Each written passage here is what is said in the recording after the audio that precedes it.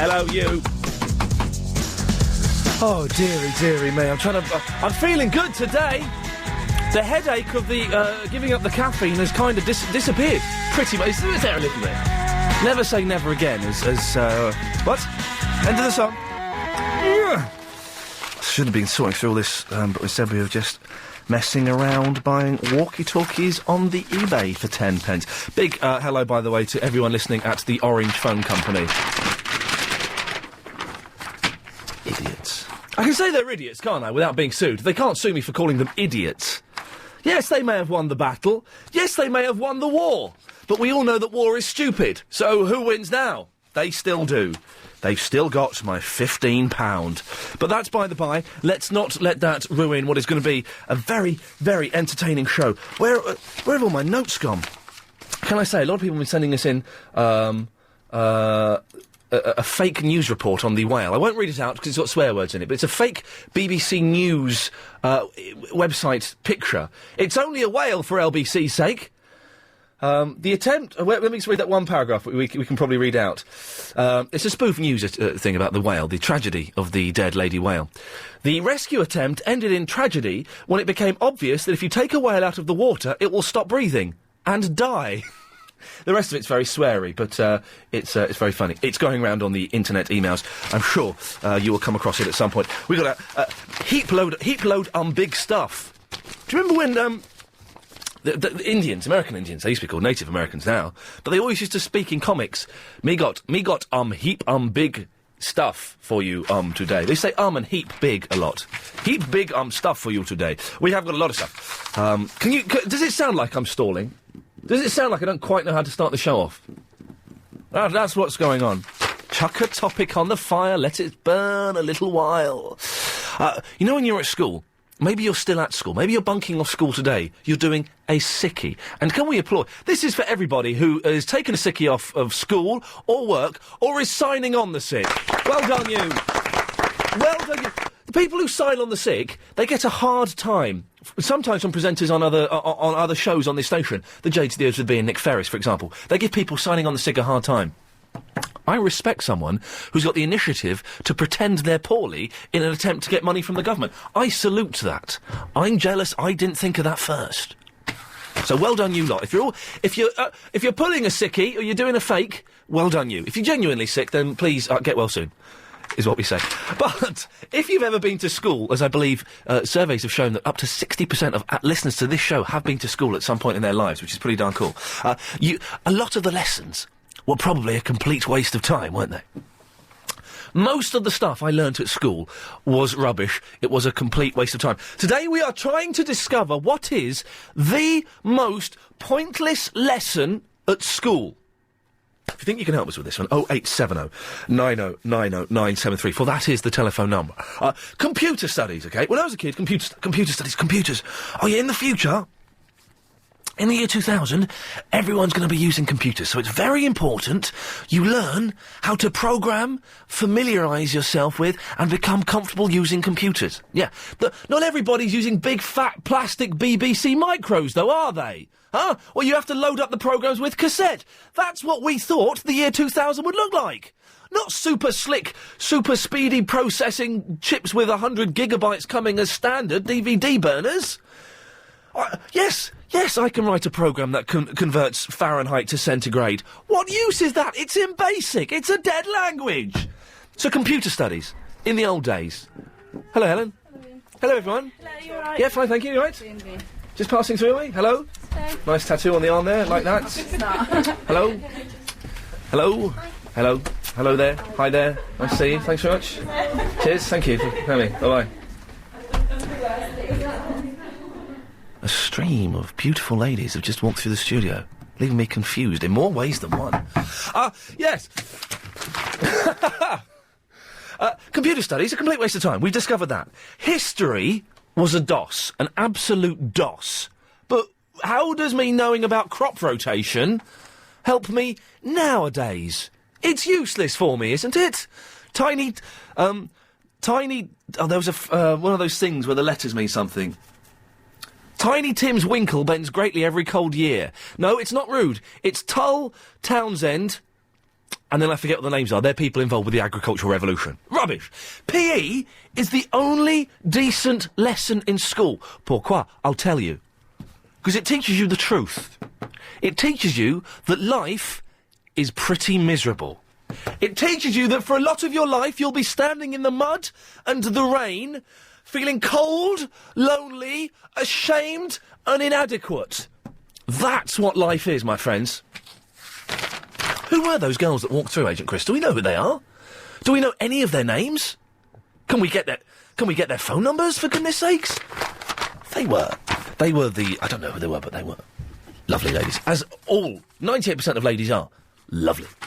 What is the most useless lesson in school, then or now? 0870 9090 973. And will you agree with me, please, that PE is the only decent lesson? It's the only lesson where you actually learn something. Darren is in the Acton. Hello, Lee. Hello, Darren. It's my surname, but I don't mind. Yeah, Mr. Lee, then. Thank you. I've just had a stream of beautiful women walking through the studio. Oh, you lucky thing. All I'm looking at is a bunch of ugly blokes. Well, there you go. I have no idea who they are, but they're all stunning. If they're looking for jobs here, I'm gonna give them all the thumbs up. Definitely. Well, send them down our way, and then... I will do my best. Although, you know what girls like these days, Darren? They're independent. They do their own thinking. You can't tell them where to go now without getting done for sexy harassment. They love a good slap on the bum. Anyway, they do. Darren, you've called in for a reason. It's not for me to be a misogynist. Yes, I think religious education is a waste of time. What? Oh, controversial. Okay, let's tell me why, pourquoi? I think the way the religion's been portrayed is totally wrong and definitely not right. I think they need to go back and read some of the old scriptures and sort of like... What? Read sort of like... Scriptures? Who wants to go back and read scriptures, Darren? They're boring! Yeah, but they're more important than what they're reading and teaching in religious education nowadays. What do they teach in religious education nowadays, Darren? Rubbish. Well, no, come on. Believe God. Believe or die. Well, no, they don't teach that in religious education. I thought... You don't believe in God. He's just, you're going to be slammed and go to heaven and go to hell and everything. I thought in RE, what they did now was they taught a wider base of all the religions, even the stupid ones. You got Christianity, Islam, Judaism, Buddhism, Taoism, Zen, all of those things. And they all said, here's the stuff, make your choices. I mean, it's still a pointless, boring subject, but, you know, they don't tell you you're going to die, do they? Do they? No, I mean, if you don't believe, you go to hell, don't you? Which... Do you? That's true, though. We know that's true. We know, Darren, because we're grown-ups. It's like we know the truth about Father Christmas. If you don't believe in Jesus Christ, or Allah, or any of the others, you'll go to hell, won't you? Oh, apparently. There we go, you see. Excellent stuff. Wow. That's the squeakiest door I've ever heard in my life. Those girls were stunning. Seriously, get the numbers of at least 4 of them before this day is over. Seriously. Oh, look at this little sausage. Ian, I hope you've seen the new picture on my website. How do you like them apples? This is this idiot who set up this freewebs.com/Ian Lee CTU. It's a trade union... Oh, look. Oh, I know who you are. I know who you are. You're a child. You're a child. We'll give that website no more promotion at all, because it turns out it's run by a child. I know exactly who that is. He's a very, very naughty, bitter, virginal, young gentleman who will never see the nakedness of a lady as long as he shall live. So there we go. Oh, what is the... Sorry, it's all a bit of a weird show today, isn't it? What is the most pointless lesson What You Done ever learned? 0870 9090 973. Do you agree with me that PE is the only decent lesson, because it teaches you that life is pretty darn miserable? You can email as well, Iain, IAIN, @lbc.co.uk. But now, it's time to get the latest on the roads and the trains as we go to the LBC Travel Centre and speak to Mr. Alan Joyce. Thanks, Ian. A massive problem south-east of town. A truck does in the movie Duel. Sheila's in the Cockfosters. Hello, Ian. Hello, my love. Hello. Ah, it's so lovely to hear the dulcet tones of you. Seriously, it's like a rich chocolate cake covered in cream rammed down your throat against your will. I love it. I'm sure. I'm sure you're sure. Surely you're not sure. Now, you called in, Sheila. Yes. Sheila, may I just say? Pardon? May I just say? Yeah. I had some beautiful women walk through my studio and I don't know who they are. Oh, Oh, well, they're most probably coming for What? work experience. Maybe that's it. We can't give work experience to 12 beautiful models, though, can we? Well, if they want to work in your place, I'd love to be at LBC. Yeah, that's never going to happen, Sheila. Oh, don't say that. Well, let's be honest, it's the truth, isn't it? It is, yeah. Now, listen, you went to school, what, in the 1930s? Yeah, I'll give you. What did they teach you then? Sewing? Did they teach you, No, this is the whole trouble. At school, they taught us ridiculous subjects. Yeah. Which had no bearing on going out into the big outside world. The big side world. The backside now. world. Right, now. Yes, now. I never learned, I was never taught it, but from the French... Free Willy. I've got a mouthful of sausage. What? Latin. Yeah, Latin? Why did they learn Latin? It's a dead language. Absolutely. Can you speak any Latin? I mean, what does it take? I mean, you're not taught how to manage a mortgage. No, how to, no. You don't go into a work experience enough. Yeah. You're not taught how No. to bring up a child. No. You know, they don't teach. But they'll teach you Latin. And Latin. Can you hear me, Sheila? Yeah, I can Because you've hear not you. responded to the last three things I've said. I wondered what was going on there. Yeah, I can hear you. Okay. Now, you were talking about in the gym. What? Keep fit. Well, you say we were talking about it. I haven't mentioned it legally yet. You said, what did you say in the beginning? That Didn't say it. No, I said that at the end of Anna's show. So I've not set it up as a topic. You can talk about it, but I've not set it up as a topic. No, you talk about it. Go on. No, you said just before. Before 3 o'clock, yeah. No, after. No, before 3 o'clock, yeah. Before 3 o'clock. You said in school they learn in the gym. Oh, PE. You're talking about PE. Yes, that's very good. PE. Yes. PE. They should. What does PE stand for, Sheila? Physical education. Correct. 10 points. For your next question is, what's the difference between PE and games? Well, I would say that it's all part of the same thing, personally. Well, it was a different lesson in my school for some reason. Right. Anyway, so go on. You think that physical education, the P of the E, Yeah. is good for you? I think so. That's one of the things What? that they have a lot in the school where I work. Yes. And it's very, very good for them. But all these other... It's good because it teaches them that life is miserable and painful and dirty and hard, and you're going to lose. Well, they all seem to enjoy it. Yeah, well, you're being miserable is fun. I hear them say, now, what's your next lesson? And they go, geography. Oh, no. God, geography. Well, countries. Oh, but it's not really about countries, it's about demographics. Well, you can stick your demographics right up your bottom because it's useless to me. Yes, I mean, it's useless to a lot, most people. Yeah. Sheila, would you do me a favour? Yeah. Would you say, I'm Sheila from the Cockfosters, and you can stick your demographics up your bottom? Oh, my goodness. Go on. I'm Sheila from the Cockfosters, and you can... No, you've got to do it all in one go. Don't giggle. You can stick your demographics up your bottom. Go on, start again. Sheila No, start. Sheila, stop. Start again now. Right. I'm Sheila from the Cockfosters, and you can stick your demographics up your... behind. Thank you, Sheila. We'll have that in the file if we can, Lady Gary. Nathan is in the UK. There you go. Nathan, you in the UK? Yeah.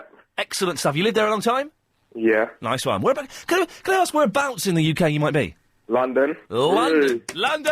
Big up London. May I ask whereabouts in the London you are, sir? New Cross Gate. New Cross Gate. Can I ask whereabouts in the New Cross Gate you are, Nathan? Southeast. Southeast New Cross Gate. May I ask whereabouts in the southeast of the New Cross Gate area that you are? Ashton Park Road. Ashton Park Road. Yeah. Ashton Park Road. May I ask whereabouts in Ashton Park Road are you, sir? I'm 31. Okay, excellent stuff. We've got that. Thank you. I should be popping around later on for a nice pie. Now, Nathan, you've called in. What can I do for you? Definitely have to agree with you that PE is the best lesson in school. It's good, isn't it? Why is it good, Nathan? Because they do things you like football. No, you're wrong. You know, everybody likes football. No one likes football. No, you're wrong. No. You're wrong. That's not football. That's not why PE is good. Yeah. No, it's not. Yes, it is. No, it's not, mate. Not just football, though. No. All sports. All sports as we know on this show are rubbish. Oh, really? Oh, yeah. No, the reason that PE is so good is because at some point in it, everybody is going to feel miserable. they're going to... Remember those mornings when you had PE, first thing in the morning? It was freezing cold. Yeah. It was frosty. It was cold out. The grass was frozen solid, and you had to go out in shorts and a vest and run around. You out there. Oh, they chuck you out there while the teacher's having a fag. Yeah. All that PE does is teach you, yes, life doesn't get any better than this. This is the best lesson, and this is awful and miserable. It teaches you that life is an awful, awful experience, doesn't it? You've got a point there. It certainly does. And you play football as well. Yeah. What do you think about history, Nathan? Definitely the worst lesson. Yeah. When I went to secondary school, Yeah? they never got it right. No, they never got history right. Yeah. What? Well, they got the facts wrong. Yeah. Well, for example. Not all the facts. I mean, like, say, take World War II. Yeah. Like, I can't remember it. I had this teacher. She kept on... Don't give us. I don't want to know her name, but tell us what she did. Well, basically, she Yeah. keeps on, like, going through the textbooks. You know they give you textbooks in lessons. They give you what books? Sorry. Textbooks. Textbooks. That you get all the information from. Textbooks. Yeah. Well, like phone texts. No. I don't like, know. Books, like they got history books, geography books. No. They got maths books, and it's got When did- all, when like, did- tasks in and... Textbooks have got the information and the tasks in it and all the facts. Yeah. I don't think we had those in our day. When did you go to school, Nathan? Well, a couple of years ago. Oh, I went to school about 15 years ago. We didn't have textbooks. Yeah, we have them now. We had, like, plastic cards, and we had food games. Did you have food games? What, food fights? No, not food fights. It was, for example, in history, we learnt the dates of the Second World War with sandwiches. Really? Yeah. We'd have sandwiches, and the jam sandwich was the beginning of the Second World War, 1939, and the cheese sandwich was the end of the Second World War. And we'd learn, so we associate one sandwich with one year and another sandwich with another year. We didn't have, what do you call these books? Textbooks. Yeah. Isn't It's just like all the information on Isn't it brilliant everything. the way things have progressed in the last few years? Absolutely amazing. So go on, sorry, you were telling me a story about textbooks. Well, basically, yeah, the teachers, they don't know anything about it. No. They always look in that book. Idiots. I'll put my bottom dollar, or pound in this case, In this country, definitely, yeah, sir. that if you Yes. were to take every textbook in that school, they would not know a thing. Yeah. In my day, they had sandwiches. Well, I'll go back there, bro. That's why kids... You think kids are fat these days? Flippin' heck, man, you should have seen the kids in the 70s. You heard of Space Hoppers? Yeah. Yeah, that's what they were based on, kids at my school. Whoa. Yeah, listen, Nathan, it's a pleasure to talk to you. I've got no idea what was said in that conversation. I've got not a clue as to what just happened there. Sten's in the Rosebery. Hello, Sten. Hi, Ian. Hello, Sten, how's it going? Not too bad. What may I do for you, sir? I was just saying that I think that history is probably the most pointless subject that you can learn. It's rubbish, isn't it? Who cares what happened hundreds of years ago? Yeah. What Not good is gonna it? affect you now, is it? What good is it going to know? Is it going to do me knowing that Tull and Townsend were revolutionary in the agricultural revolution, and one of them implemented crop rotation? Precisely. It's useless to me. Yeah. Unless you're a farmer, of course. But even you're not. then, a farmer doesn't need to know the history of crop rotation. course He just not. needs to know that crop rotation works. Yeah. I can't believe we're having a row about crop rotation on local radio. Gosh, this is borderline dull. But I'm loving it, and so must you be. Sten, have you got... Is there one lesson in school that's actually worth having? Well, to me, Yes. maths will... Oh, Sten. Sten, you know you're wrong, don't you? It's... You know you're wrong.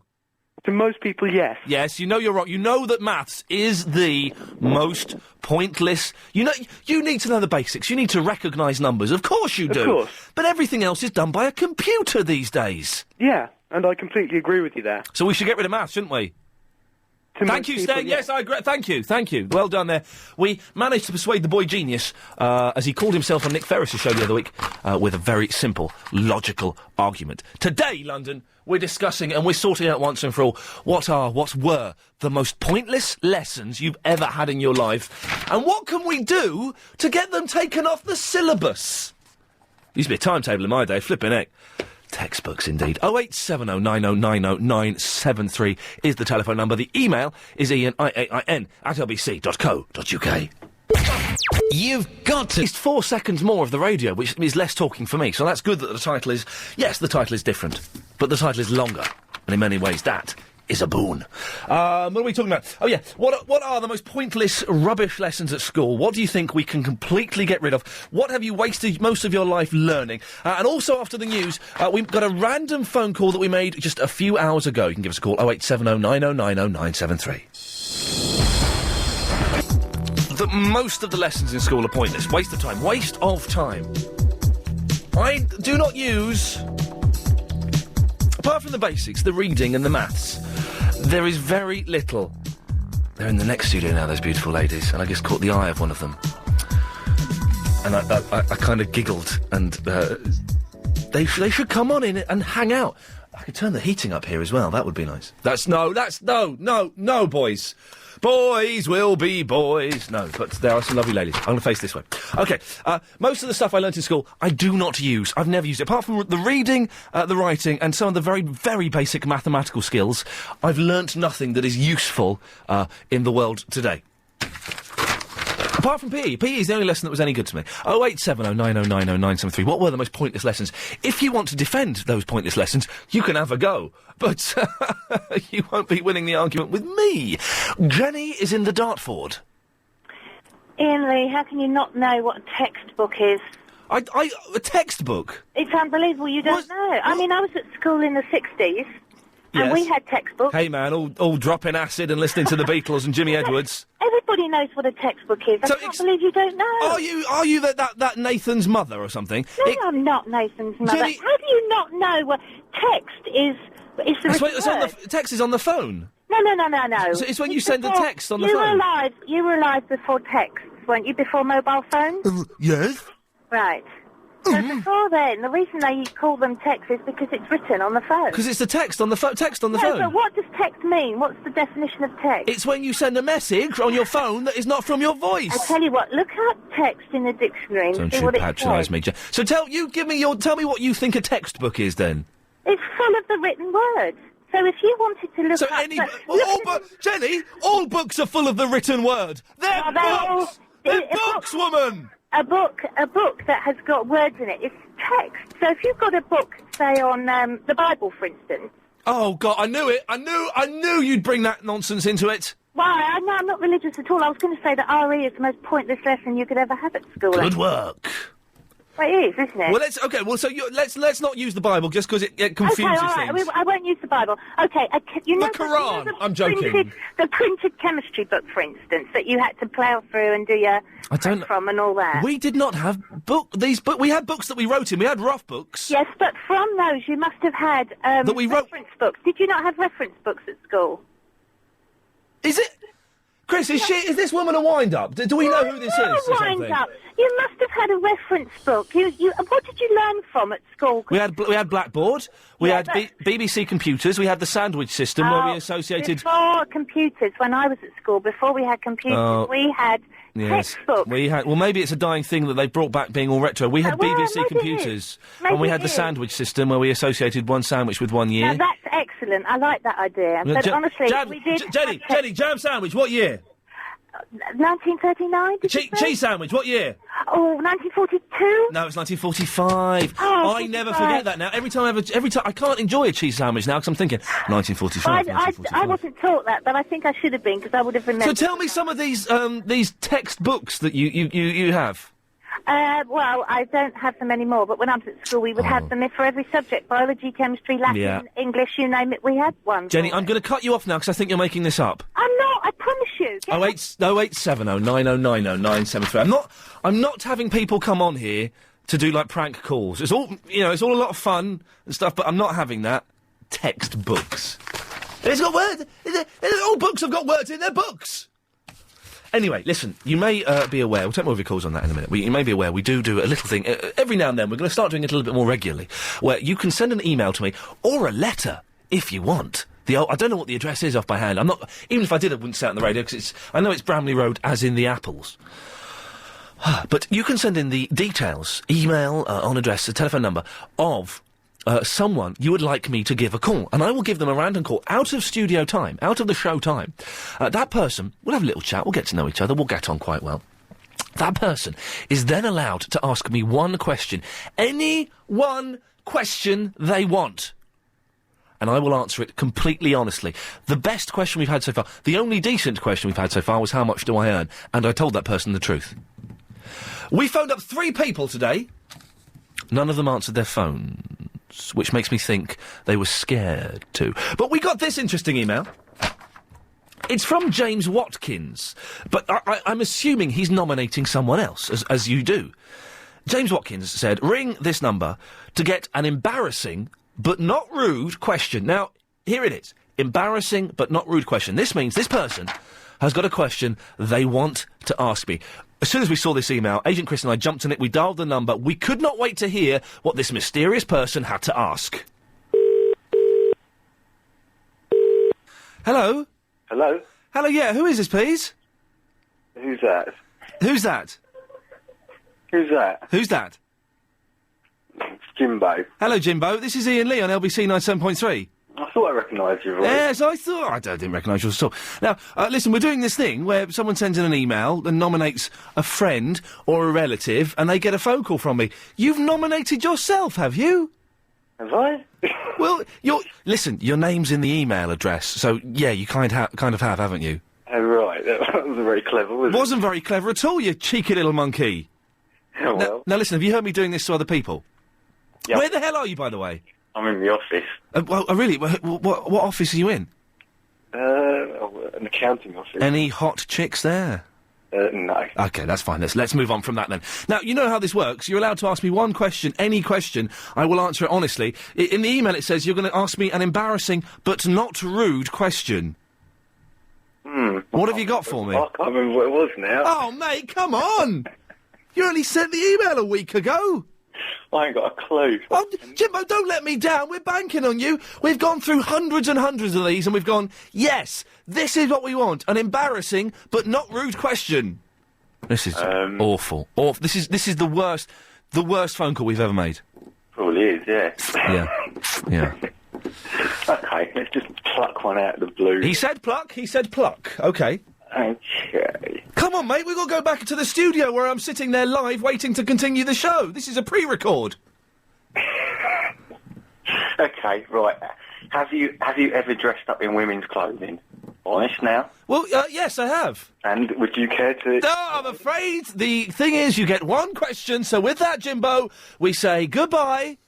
Idiot. He should have been more specific. The question should have been, obviously what he wanted to know was how you worn women's clothing in a sexual context. The question should have been, what women's clothing have you worn in a sexual context? Not as vague as that. It's only one question I'm going to answer. If you would like to nominate someone, you can do it yourself if you want, but that's a little bit sad.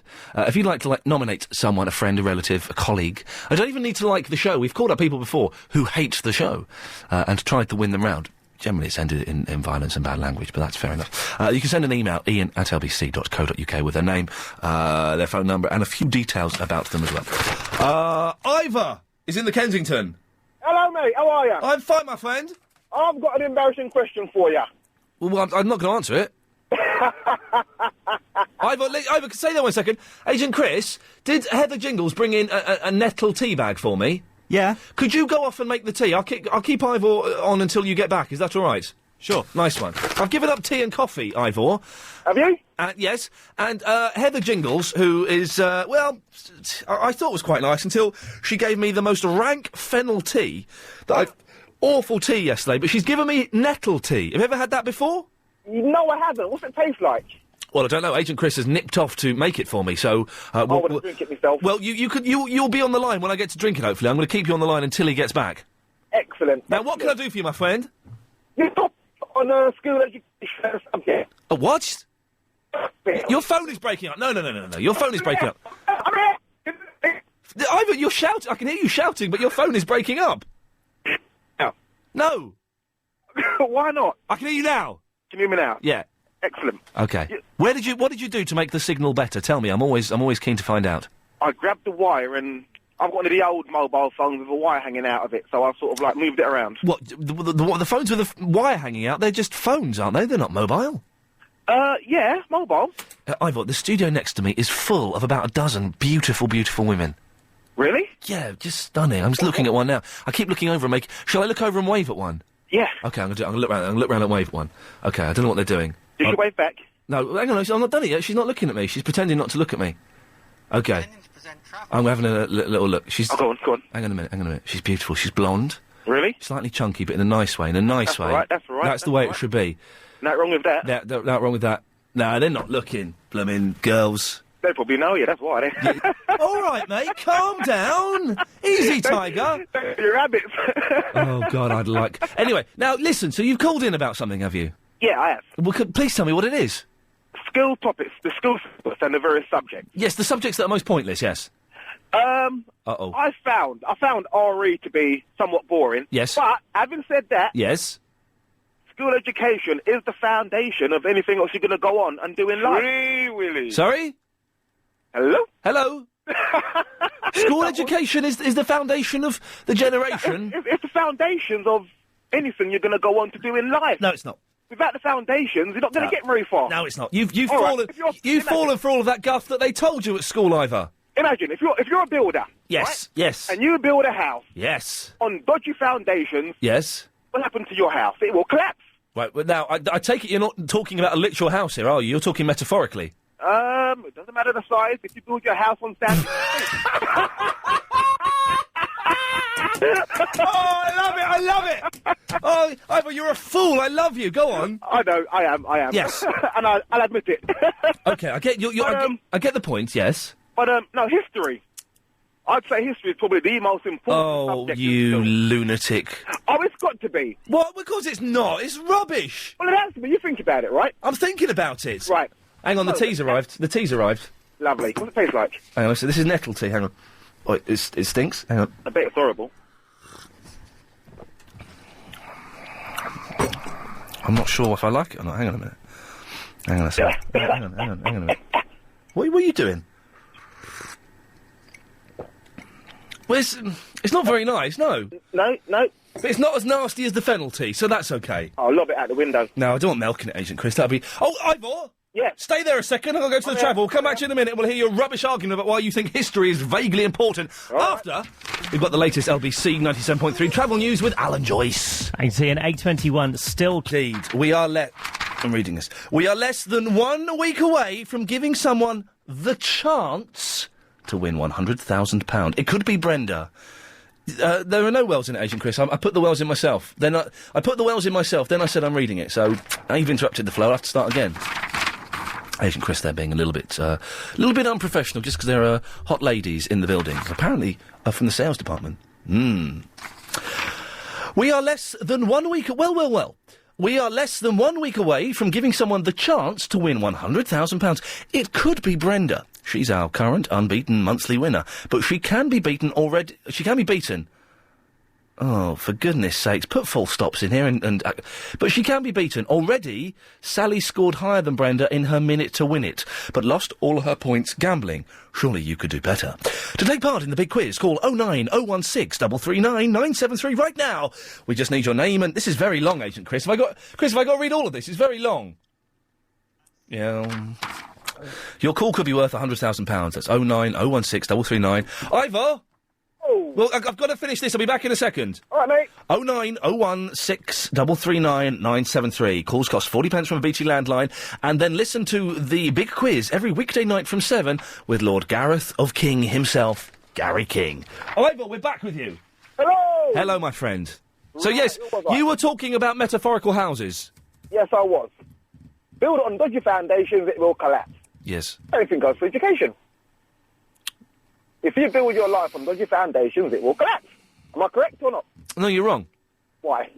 Because school isn't your foundation for life. School, no. School is a legal requirement that you have to adhere to and follow to keep you off the streets between the ages of 5 and 16. I agree with you.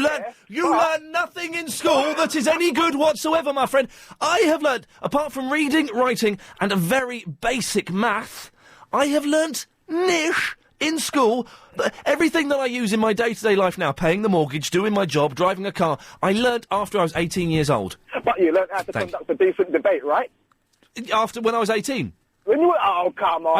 I learnt it in college, I learnt it in real life, I learnt it in Saturday jobs. I didn't learn it in school. But it's still foundations. But it's not foundations. You're throwing this word out, foundations. Yes, it works for houses. It doesn't. No, school is not foundation. Now, Ivor, let's not. Let's go back to history. Oh, for God's sakes, you've just lost the argument. OK, let's have another argument. Let's go, right, OK. History. Now, History. at the moment... Did you have textbooks in your school? We did have. Am I the only one that didn't have textbooks? And we called them textbooks as well. Oh, strange. And I agree with your previous caller. Yes. A book with words in it. It's a textbook. Right, OK, I'm confused. OK, carry on. Right. History. History. Okay. Now, at the moment, we'll all agree that the world is in a dire... Free Willy. Sorry? At the moment, we'll all agree that the world is in a dire situation. No, right? it's not. No, it's not. No, Ivor. Yeah. No, it's not. It is. The world is pretty much, apart from a few small things happening here and there, pretty much brilliant. Better than it was in 1942. The physical object. 1942? They bombed my nan's chip shop. You what? The aeroplanes. She weren't in there, was she? No, she wasn't. Oh, thank God. Yes, thank the Lord for that. But if you don't understand history, you're destined to repeat your mistakes in the future. Agreed? Disagreed. Why? Because you're saying these sentences that you think sound quite clever and intellectual, and they're not. They're meaningless, you fool. All you've learned from your house is sinking into the sand, Ivor, because you've got no foundation, because you're a fool. Give it another 30 years, it probably will. What was assembly all about? I haven't got a clue, Thank mate. you. It was an opportunity for the teacher to tell you about all the things you don't want to do and that you shouldn't do, and for you to go and do them. So, Ivor, we agreed, aren't we? School's a waste of time. No. No, agree with me. Agree with me. Agree with me. I can't. Listen, you sound like a gentleman. Do you have any of those fitness videos? Which ones? What? Women in leotards jumping around, trying to teach you how to limber up and stuff. Well, what other fitness videos are there? Yes, those ones. Yeah, I've got a couple lying around somewhere. Do you ever use them? I tried one once. It was on for about 5 minutes. I collapsed on the floor in agony, and that was the end of that. I think we'll leave it there, because I'm worried, slightly worried as where that's going. We'll talk about fitness videos a little bit later on. I do want to know if you've got them. Does anyone actually use them? They're worth millions of pounds, these videos. They're always in the top of the charts, and, it's Davina McCall's fitness video, which I would pay top dollar to see, because I think she's a stunning-looking woman. All this. Does anyone actually use them? What are the best and the worst fitness videos? And once you've used them once, twice, 3 times... they're not really any use at all, are they, after that? 08709090973. But John is in the Croydon. Good morning to you, sir. Good evening, fellow citizen. Welcome. Before I get on to school subject, yes. I was wondering about a group of mad women you had trooping through the studio about half an hour ago. Oh, yes. Were they a load of mad refugees from a different radio station? And is it because you've moved down to the lower floor that they suddenly appeared? And Are you implying that they work in the Heart 106 Pine to... Oh, I don't know. I was wondering if it's going to become a regular occurrence now that you're in a different location. Do you know what? I think they're from our sales department. I don't think, unfortunately, it is going to become a regular occurrence. Although what they were doing, they were in the studio next door making a pretend radio show. Oh, dear. And I think we've got a tape of it, which we're going to play a little bit later on. That sounds a bit subversive and dangerous. Doesn't it just? But it'll never get broadcast beyond this. It isn't one of our premium podcasts, thank the Lord. Oh dear. They're not trying to rip you off, so don't worry. But they may be coming back. Are they coming back, Agent Chris? Wow. They're going to come and hang out with us in a minute. Are you going to have lots of handsome young men as well as the young women? It would be fair, wouldn't it? But to be honest, the whole of LBC is populated with handsome young men. So I think it's good that the balance is being addressed slightly in the other way, that we're getting some handsome young women. You mean like Mr. Ferris? Nick Ferris, Clive Bull, Vallon, the J to the O to the B, all beautiful, beautiful young pot-bellied men. Now then, school. Yes, Jimmy Savile. We need to get rid of the DIE, the deliberately insane economics. What? Economics. What? The lesson? Yes. What do they still do? That's cookery and stuff, isn't it?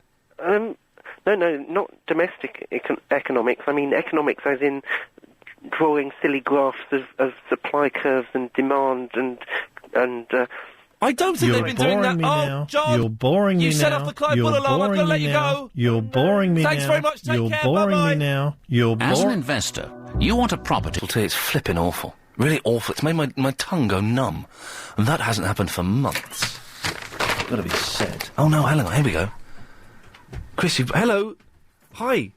Hey, I like nice tattoo. Now, Hello, the ladies are back in the studio, by the way. It's very cold, isn't it? Sorry. I won't turn the heating up, but it's point. Hello? Hi. Hello, Helen behind the glass. Who are you all? Why are you here? This is great to have you. It's not me saying, get out of here, we don't like you. Why are you here? We are on a training day. We're all chrysalists from various departments. Can I come and work in one of your departments? Because I flipping hate this here. Can I do that, please? Yeah, of course you can. What were you doing in that studio there? We were just making... Because that's Nick Ferris's studio. We were just making a training show. Yes. Have you heard the training show back yet? Yeah, we have. We were all fans. Is it rubbish? No. Is it good? Is it good? Chris, have we got a copy of the training show? Oh dear. Can we have a listen to it? Okay, this is what you were doing in there just a second ago. You're listening to me, Kim. I'm with you till 4 o'clock, right here at LBC 97.3. Today's hot topic is Big Brother and the birth of reality television. And I'm joined with guests today. Rebecca James, spokesperson for Big Brother at Endemol. Hi, Rebecca. Hello. Hello. And Alicia Hanna from the Christians for Ireland group. I'd like to welcome you both. Hi, Kim. Hi, how are you both? You all right? Great, very well, thank you. Good. So, Big Brother, it's a hot topic at the moment. There's a lot of controversy surrounding Big Brother at the moment, and the many issues that are being raised since its launch in 2000. They're better than Caroline Faraday, better than Valen, who isn't these days, nudity, to be honest. bullying, Better issues than like Ferris, that, which easily. just we're hearing so much in the news. Well, so how come you're dominating the whole thing? Tell This me is what good. your thoughts are on Big Brother at the moment. Oh, with okay, you, sorry, I was Alicia. talking over you and not listening. Well, Kim, obviously I'm here with Christian Group Accents, for nice. Ireland. We like Yeah, accents. and, Good accent. Agent Chris, thumbs up. Gary, thumbs up. personally, Thumbs up. Especially going back to your bullying Are you topic. jealous that you didn't get as much of a go It seems as- like as it's them? glorifying it. Oh, you did the news? And Was it real travel and news, or did you make it up? Glorifying bullying? Is that? I don't think I am. There was a thing about the whale the other day, for God's sakes. What's that all about? Chris, I think that's plenty. Hey, thank you very much for coming in. And we mentioned you when you were in there and stuff, but only because they made me do it, and I had no intention. Thanks very much. Cheers. I'm actually a proper fan of the Ramones as well. I know some of their records and stuff. I watched the documentary the other weekend, the DVD. Have you seen that? No, I didn't. Oh, hardcore. You know the score. Hey, well, listen, thanks very much, and nice to see you. Nice to meet you all. Nice to meet Take you. care. Bye-bye. Bye-bye. Wow. Thank you very, very much. Well, can I just say, Agent Chris, and it's in this politically correct day and age, it's so easy to be defensive and to not say anything that might offend ladies. But them is lovely girls. Them is lovely girls. Each and every one of them. May they all succeed. There we go. I was going to get them to drink the nettle tea. I tried some more of Heather's nettle tea, and it's made my lips and my tongue go numb, which is not very nice. Hey, can we make it a daily feature? 12 girls walking into the studio and talking a little bit nervously and a little bit uncomfortably with me, almost as if they don't want to be there. That was lovely. Thank you very, very much. In the next hour, still talking about the most pointless lessons. And does anybody actually own and use fitness videos? 0870 9090 973. More of your calls after the news. Exciting stuff indeed, London. Welcome to the second hour of the show. Pretty good. Not as good as yesterday's. Yesterday's was a good show. Particularly for a Monday, but yesterday's was a good show. Today's is a Tuesday show. It's as good as we can do on a Tuesday, I'm afraid. We'll carry on talking about the most pointless lessons in school. If anyone can defend history, then please do. I don't think so. But I do want to know. We'll wait for the song to finish. It's a beautiful track. La la la la boom da dum ba dum bum. We do want to know, you know the fitness videos? Patsy Palmer's fitness workout. Did I just hiccup then? I think I did. Davina McCall's bums, thighs and breasts are lovely, aren't they? But I think they are. I think that's the title of a video. I can't think of any others. I can't even... Bella Remberg's... I don't know. I can't even think of any. Does anybody actually use these fitness videos? Do you own them and do you use them? I'm sure people get them and they go, oh, I'm going to get that because I do like that bird from Hollyoaks. She's fit. I'm going to do that and I'm going to end up looking just like her. And then after the second time of using it, you'll never use it again, will you? 0870 9090 973. What is the best? What is the worst one? And after you've seen it once, surely you throw it. And lads, without being too vulgar, do you use it for a different purpose? I think you know what I mean. Are you losing the pounds in a different style of exercising? Now, someone who I've literally had to beg and get down on my knees during the break I went out and was looking at the girls again with Chris. Not with Chris, but I was looking and he was saying, don't, that's sexist. And well done for you for telling me that, Chris. Thank you, you're correct. But he handed me the phone and said, Monica is on the phone from the Catford, and she does not want to come on the show. But I said, well, why has she phoned up? So I took the phone off her. Monica, how long did I spend begging you to come on the air? About 5 minutes. I spent 5 minutes, and I did say I would play for you. All I wanted to do... I said, well, no, hang on. I said I'd play you a fanfare, so here we go.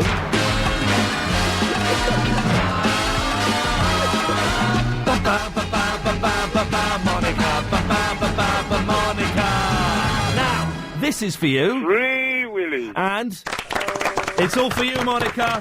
It's all for you. I was literally on my knees begging you to come on. So there's a lot of pressure on you to make this phone call good, isn't there? Oh, my gosh. Why didn't you want to come on the radio? What did you think was going to happen? Because I am going to be lovely to you. I know I can be a bit obnoxious sometimes. Well, sometimes you know, sometimes you're just a bit rude. Yes. I mean, you are funny, don't get me wrong. Oh, bless you. Sometimes, sometimes you can just be a bit rude and a bit intimidating as well. Well, I'm sorry I intimidate you. I will not be rude to you. And whenever you call in the future, Monica, I will treat you like the lady you are. Oh, thank you. Well, it's a pleasure. You say absolute pleasure. I genuinely mean that as well. And if I will do my best, what could I do to be less intimidating to you? Well, I think just listening and not talking over me if I've got a point to make. Okay, Monica, then please, what is your point? No, it's just I was just calling in around about the exercise videos or DVDs. Yeah. Actually, about a year ago, I did Tai Bo, and I lost about 1.5 stone in 6 weeks. I did it every single day. I think 5 or 6 days. Yes. Every morning before I used to go to work. How long would you do it every morning? I think it's between 35 and 40 minutes, depending on what Tai Bo. I don't have. It's the same Billy Blanks, but it's a different. What do you call it? Different workouts, but the same guy who does it, but they're just different workouts, and it's really, really good. Yes. They're not boring or anything. They're just quite exciting, and it really works fast. Don't you find, though, if you do it over and over again, one of the things I found out through going to the gym now, as I do with my personal trainer, is that each time I go, he ups it a little bit. He puts it up a little bit. That came out wrong. He makes it a little bit harder each... No, that came out wrong. What he does is each week I go, he makes me do a little bit more, so I'm pushing myself each time. With the video, surely it's the same routine all the time, isn't it? Oh, yeah, but that's the thing, what I'm saying to you, like, they have different levels of... They've got the basic workout, then they've got the... They've got the basic workout, then they have, like, different levels, like you're saying. I forgot what the other ones... I forgot what the other levels are called. But they get more difficult, and the intensity gets more. Yes. So you can, like, build on it and get your strength up and stuff. Build your cardio. Do you do what the gentleman would do, and you buy the DVD that has the fittest bloke presenting it, or do you go, oh, that looks like a solid workout, I'm going to have a go at that? No, I just go, okay then, I don't really care about if the person's like, fit around a thing. At the end of the day, I'm just looking for results at the end of the day, and that's it, and I just feel that Tai Bo has done it for me. I mean, the other workouts, they're really good, but like, after like a year or so, like, or someone's doing an interview, I was Patsy Palmer, and they say, oh, how's your work? Oh, I don't do it anymore, kind of thing, and I just...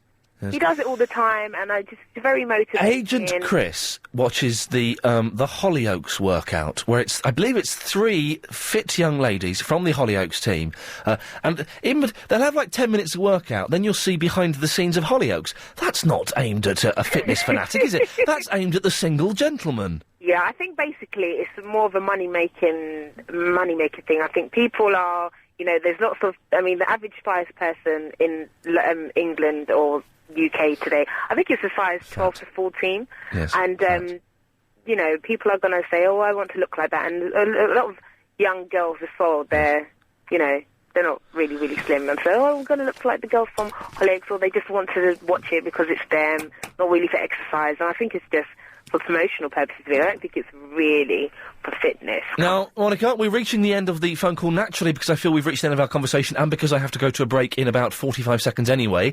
Okay. How did that feel for you? Yeah, very, very polite. Thank you for not being rude. Never rude to a lady, Monica. Will you be calling us again? I don't know. Oh, for flip, please! I will listen. No, but you were good on the radio. Please call again. Please. Please call again. Don't beg. Please. Nice. Please. No, I'm getting down on my knees again. I'm on my knees again, Monica. Please call again. No. Please. But Please. there's no point. Why there's no point? We might be talking about something you want to talk about. Like what? Please, just say yes. But you're good. You're very good by yourself on the radio, you know, when you're not being too... Unbelievable. Fast food. Completed Call of Duty 2 on the Xbox 360. I've only got 2 levels left. The big levels, but I've only got 2 levels left. Is it on the radio now? Bye-bye. See you later. Bye. Yeah, she waved at me. They can't hear me out there. Can they hear me out there? They can hear me out there. Right, OK. Oh, damn. Yeah, but I thought they were listening to Heart 106. But basically, the ladies who came in are leaving now, and they just waved at me. The prettiest one waved at me. OK. Anyway, sorry. Yes, moving right along, as I believe they sang in the Muppets movie. We're talking about fitness videos. Does anybody own them? And what good do they serve? And what were the most pointless lessons that you ever learnt at school? Mark is in the Camberwell. Oh, hello, Ian. How you doing? Mark, you've got one of the deepest voices I've ever heard. I have. Do you know what? It's the first time I've spoken to you, and I used to speak to Daisy all the time. But you, it's the first. Hey, well, listen, I know I'm not as fit as Daisy. No, you're not. But, you know, I'm not as blonde. There's nothing I've got that Daisy can't do much better, I know, and I'm sorry that she's gone. But, you know. All that news, she does all that news and politics stuff now. News you know and what? We've got a friend in common as well. Well, not a friend, someone who I used to hang out with. Now I'm worried. You can amaze him next time you speak. He phones you an awful lot. Who? He's one of your eccentric callers. That narrows it down to about 500. Yeah, Warren. The trolley dolly extraordinaire. Warren in the Northwards. Yes. How the hell he's got the highest voice I've ever heard in a man. You've got the lowest voice. Well, you should have known him about 10 years ago when I did, and you can amaze him next time, and you can say, "Was your name Wendy Girl?" I've had someone. Let's probably not dwell too much on that. But someone emailed that in once. Was that you who emailed that in? It could have been, yeah. And he used to dance at the fridge. Okay, yes, I've got... And he used to wear a very tiny pair of hot pants. So next time you speak to him... All right. Well, if he calls... he doesn't call us very regularly these days now. He's gravitated towards the Clive of the Bull, which is excellent stuff. Now, Mark, what may I do for you? Double algebra on a Monday morning. Tell me, is there a listener out there that can say what use double algebra or algebra at all? This is how good I am at dumping things I don't like or don't need to know or whatever. I don't even know what algebra is. Is algebra A equals B over C? Yeah, it was that awful, if X is to the power of C to the power, all that nonsense. Why did we do that? And the thing is, you asked this question in the class. Please, sir, why do we need to do this? And they tell you it's going to come in useful. Yeah, one day in your life that will come in useful. Well, it hasn't. It served me no purpose whatsoever. In 28 years, it served me not a single purpose. Mark, would you say that there was one lesson that was genuinely useful and has helped you in your life, your later life? Maybe English. English, because you got to read and write and stuff like that. But there we go. I'd learnt that by the time I was 8. I was pretty competent at reading and writing, True. There wasn't much else left to learn. Yeah, reading old books and deconstructing them, it's a DOS, but it's not useful, is it? No, not madly. Mark, listen, thank you very much. If the Warren ever calls in again, I shall ask him about his fridge freezer, and does it make ice like mine does? I've got one of those big American fridge freezers. It makes ice. You can have ice cubes or crushed ice. Nice. Valentine is in the London region of London. Hello. Hey. How are you? I'm fine. Whereabouts? When you first started, do you remember me? No. I was on your older woman thing. You were on my older woman thing? Well, not many people get on that these days. What? Oh, you mean the special show we did? Yes, about older women. Oh, you were about 62, weren't you? No, thank you. You're welcome. No, I'm 47 and my husband is 26. Oh, you're... it's ringing a bell now, you mucky pup, yes. I remember your dirty voice. I do remember... I mean, that filthy laugh. Yes, I remember you. Good girl. Are you still together, or has he left you? No, as if he would leave me. Have you dumped him for a younger man? No, but I did threaten to do that when he gets to 30. I can't be married to somebody who's a 30. No, not at all. No, he's too old. But about your fitness video thing. Yes! I haven't rang you since, actually. But Why haven't you rung me since? I listen to you all the time. Oh, that's it really amused me. You get me home safely as well, really. Well, if yes, don't hold me to that, because one day it may all go wrong and it won't be my fault. So, please, if anything happens, it wasn't me, Governor, I was here. But I said to, is it Agent Chris that answered the phone? Adrian Crisp, yes. Yeah, I said to him that, yes, I buy those and just watch them. I sit and watch them. Really? Yeah, I don't do them. I sit and watch them and listen to the music. You silly mare. Why would you do that? Why not just buy some CDs? Well, no, because you buy them with the all good intentions. It's like joining a gym. Everybody joins a gym in January and thinks, got to get fit. They do it for 2 months. They pay a year's membership and then they never go again. Yeah. And that's the same theory. And I'll tell you whose I did buy, which was the funniest thing. And if I can find it, I will find it and send it to you. And that is Cher's. Have you ever seen Cher's fitness video? No, I have not. You've got to see what she's wearing. Yeah. Oh, my God. Like, what was she thinking? Well, describe it to me, Valentine, for goodness sakes. Was it filmed in the 1980s? Do you remember that awful outfit she wore with all that big hair when she went and collected an award? It was awful. It showed her... Don't you believe in life after love, after love, after love, after love? I can see it in your face, you do. I really don't know you're strong enough. That's really bad. It's a good impression, isn't it? Really bad impression. Well, that's a good one. You do a better Cher impression. No, I can't. No, you can't. I had a go. David in the Charlton? David. Hello, mate. Can you do a Cher impression for Valentine, please? Do you believe in love after love? Life after love? Sorry. That'll do. We'll come back to you in a second, David. Thank you. He was good, wasn't he? Yes. Who is he? I don't know. I've got no idea who he is. Strange old fruit. Anyway, so...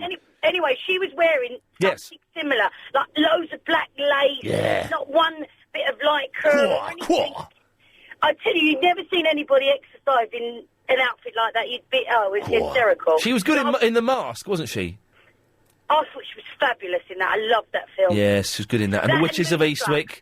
Moonstruck, The Witches of Eastwick. Sonny and Cher, she was good in that. Yeah. Good in that. It's a shame what happened to her in the end, wasn't it? I'll find it and I will send it to you because you will crack up. Oh, yeah, nice one. Send it to me, definitely. Thank you, Valentine. We are asking about the virtue of the fitness video. David in the Charlton, do you have a fitness video? Oh, I do not possess one myself. My friend Johnny Kerr, is nuts. He fell in love with Jane Fonda. Yes. Yeah. Who I don't know didn't? what film she was in, but... Barbarella. Since about 15 years of age. Yes. Well, her fitness video is... and Jamie Lee Curtis. Yes. He fell in love with her as well. Yes. We went to the V Festival this summer. Oh, yes. And he met Jane Goody. This is your friend Johnny? Yeah, my mate Johnny Kerr. Yeah. And he met Jane Goody at the V Festival. Who hasn't met Jane Goody? Yeah, well, exactly, but he's got her video now. Oh, God, she's annoying. I don't want to be rude, but she's pig ugly and annoying. Well, tell me about it. But It's Johnny Kerr I've got to be telling about, isn't it? Well, I think he's definitely got problems, that boy. Yeah, Johnny. Give Johnny a big shout-out. Go on. Yeah, good, Johnny. His missus don't actually love the girl. She is totally worried. He hasn't born for her.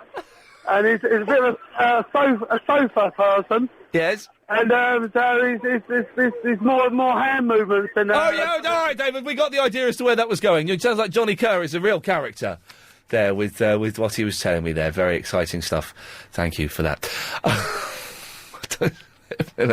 Iain, remember Mr. Motivator from GMTV? I've got his bums, legs and tums under the floorboards. No, his bums, legs and tums workout video. I've used it maybe 6 times. I've had it for 10 years. The scenery is lovely, though I sometimes put it on to watch whilst I'm eating lunch and having a ciggy, says Anne in the Devon. Well, I don't think that's the intention of these fitness videos. Do you use them? Are they any good? After you've used them once, that's it, surely. 0870 9090 973. And what were the most useless lessons in school? You can email as well, Iain, IAIN, at lbc.co.uk. Big quiz. You've got 30 seconds, away you go. Logarithms, what the any use for logarithms at school. They drove me round the twist. What the blooming good are logarithms? Thanks very much for that. He didn't use all of his time, and that's what I like, a man of few words. Hey, listen, if you're the correspondents, we need 2 correspondents to call in now and book their place for the 5:38 Daily Correspondent Update. You know the number, London! Orange are idiots, but that's by the by. That's by the by. So I've got my phone, my new phone, and today I'm going to install, this evening, my T-Mobile. I've switched to T-Mobile, who I believe are brilliant. One of the best mobile phone service providers in the world, that begin with T.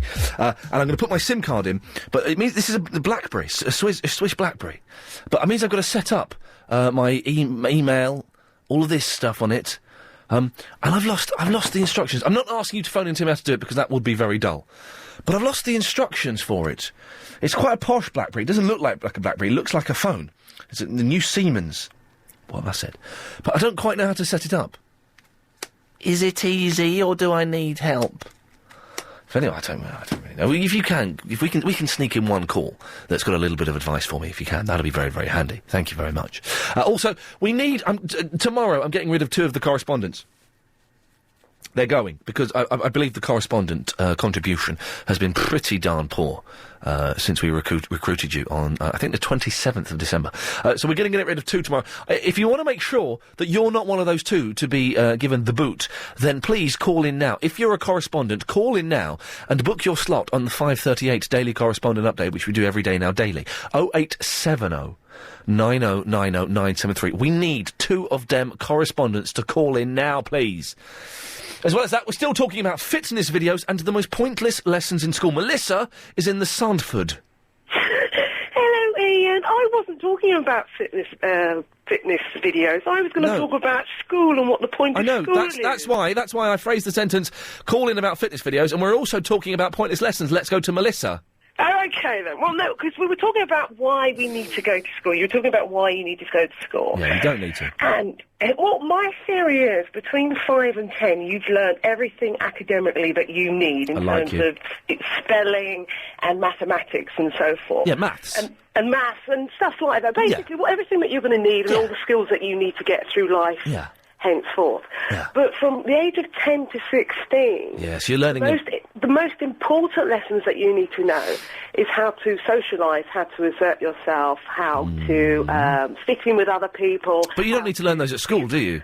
I think you probably do. I think you probably do, because that's where you're going to meet the most people, and that's where you're going to meet strangers, and that's where you're going to meet people who don't like But you don't meet strangers at school, you meet the same idiots that you go to school with every day.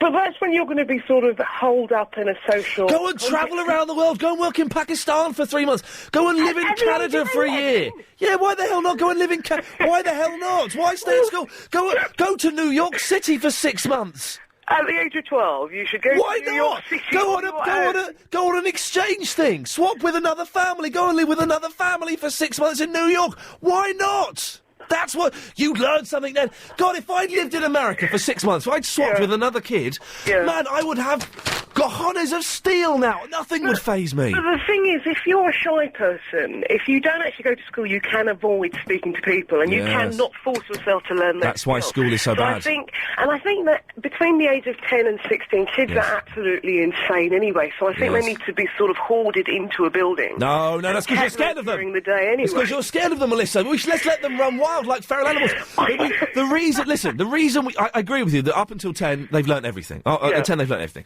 But the reason that we keep them in between 10 and 16, because we've got nothing better to do with them.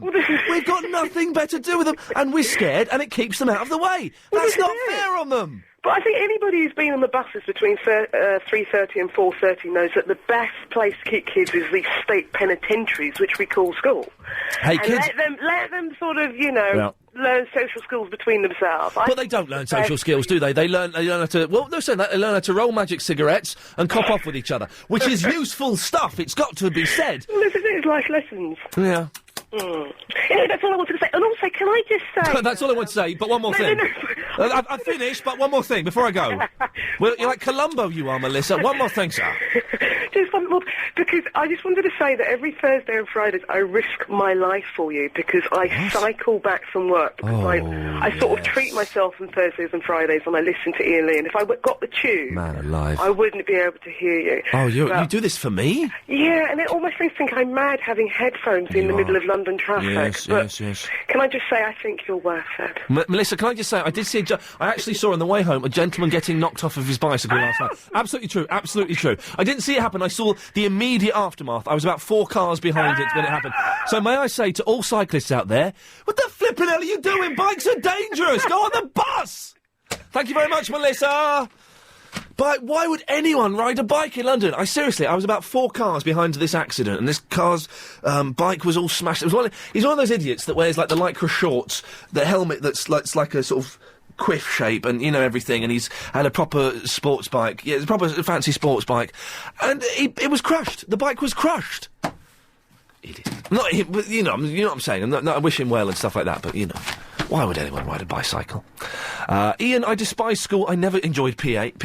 I happily left school with no qualifications, and now at age 31, I'm studying for a degree at university and loving every minute of it. That's from Leanne, you see. School is wasted on the young. Imagine if we had to go to school now. That would be good, going to school now at the age of 32. Actually having to go to... Up until 28, you do what you want. You doss around, you mess around, you do what you want. At 29 years old, you have to go to school. That would be good. I wouldn't mind learning then. Jude is in the Surrey. Good idea, isn't it, Jude?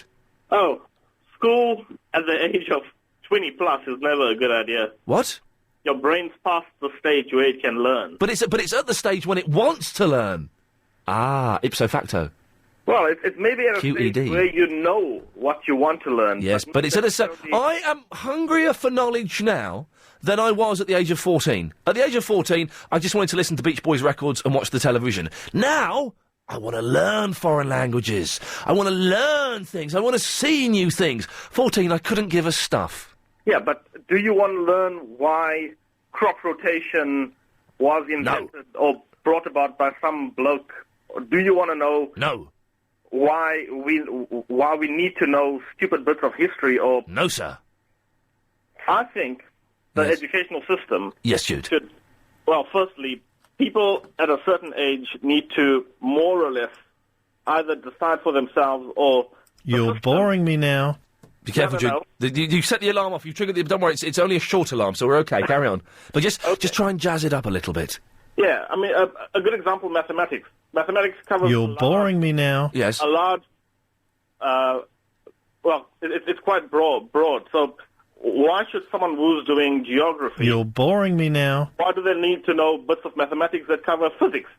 So I think we should streamline the subjects a bit. You're boring me now. You're boring me now. You set up the bubble alarm. You're boring me now. You're boring me now. You're boring me now. You're boring me now. You're boring me now. Let me just get in there. Hang on. Hang on a second. You're boring me now. You're boring me now. Could I enter the access code? Access code. Once the alarm kicks in, it's not me. It's all done with a computer system now. But he was a very, very boring gentleman. We've got our correspondents on the phone, so thank you very much for that. Iain, I'm bored at work. Bald? I'm bald at work? I'm bored at work. And I've just pulled off a bit of skin on my finger, the bit by my nail. It's really sore. I passed my driving test theory on Saturday. Got to go now, my finger is sore. Leo McLeod. Thank you, Leo. I know what he means. I do that. You bite the skin... Or the worst thing is if you bite, when you bite your nails, and if your nails are quite long, you can get a good even biting of the nail. It goes off in one go. But sometimes on the thumbnail, the nail goes right round until it's too far, so it's right on the edge, and you end up having to just pull it like that, and then this is like a little pinprick of blood. Oh man, it's painful. Why would anyone have nails? Iain, rotating a butterfly through 90 degrees under the guise of maths. I would love to know the benefits of doing that, says Joe in the Bexley Heath. The most pointless subject is English literature. In primary school it was fine, but in secondary school, pointless. How has Shakespeare ever helped me in my life? And the only Dickens I care about is Mike's Dickin, says Suhaib in the Catford. 08709090973 is the number if you wish to take part in this rather pointless in itself debate, to be honest. You can email as well, Iain, IAIN, @lbc.co.uk. that I could give Agent Chris a lift home very, very easily. It's not that far out of my way. So it means for the last 3 months he's been getting the tube home and I've been driving home. And it just didn't even occur to me. Anyway, it's bye-bye. Bye-the-bye. Adele's in the Willesden. Hello, Ian. Hello, Adele. I'm 12 years old, and I'd just like to say that history is not a rubber subject. How old are you? 12. Yeah, you don't know then. But go on, why do you think history's okay? Yes, I do know, actually. History is a very good subject. Yeah. Because Adele, I'm 20 years older than you. I think I know a little bit more. But carry on, please. No, it doesn't matter, because... Yeah, it does. No, it doesn't. Yeah, it does. No, it doesn't. Yeah, it does. No, it doesn't. Yeah, it does. No, it doesn't. Yeah, it does. But carry on. Well, I know because in history, yeah... You don't know. In history, yeah... Yeah, go on. Okay, fine, well, let me finish then. Okay, go on then, finish. Okay. In your own time. Okay, wait. In history... Away you go, Adele. Okay, I'm going, wait. Well then, please, get to it. If you don't learn about what the past, you're going to repeat it again. And what about you never learn about history? What about you never learn about Hitler? Then you wouldn't know about how many, like, your great-grandfathers or ancestors, how much they, fought for you just to keep this country intact. You wouldn't appreciate your grandfather sitting at home annoying you, would you? Now, because he fought in the war to protect you, having a nice, better future.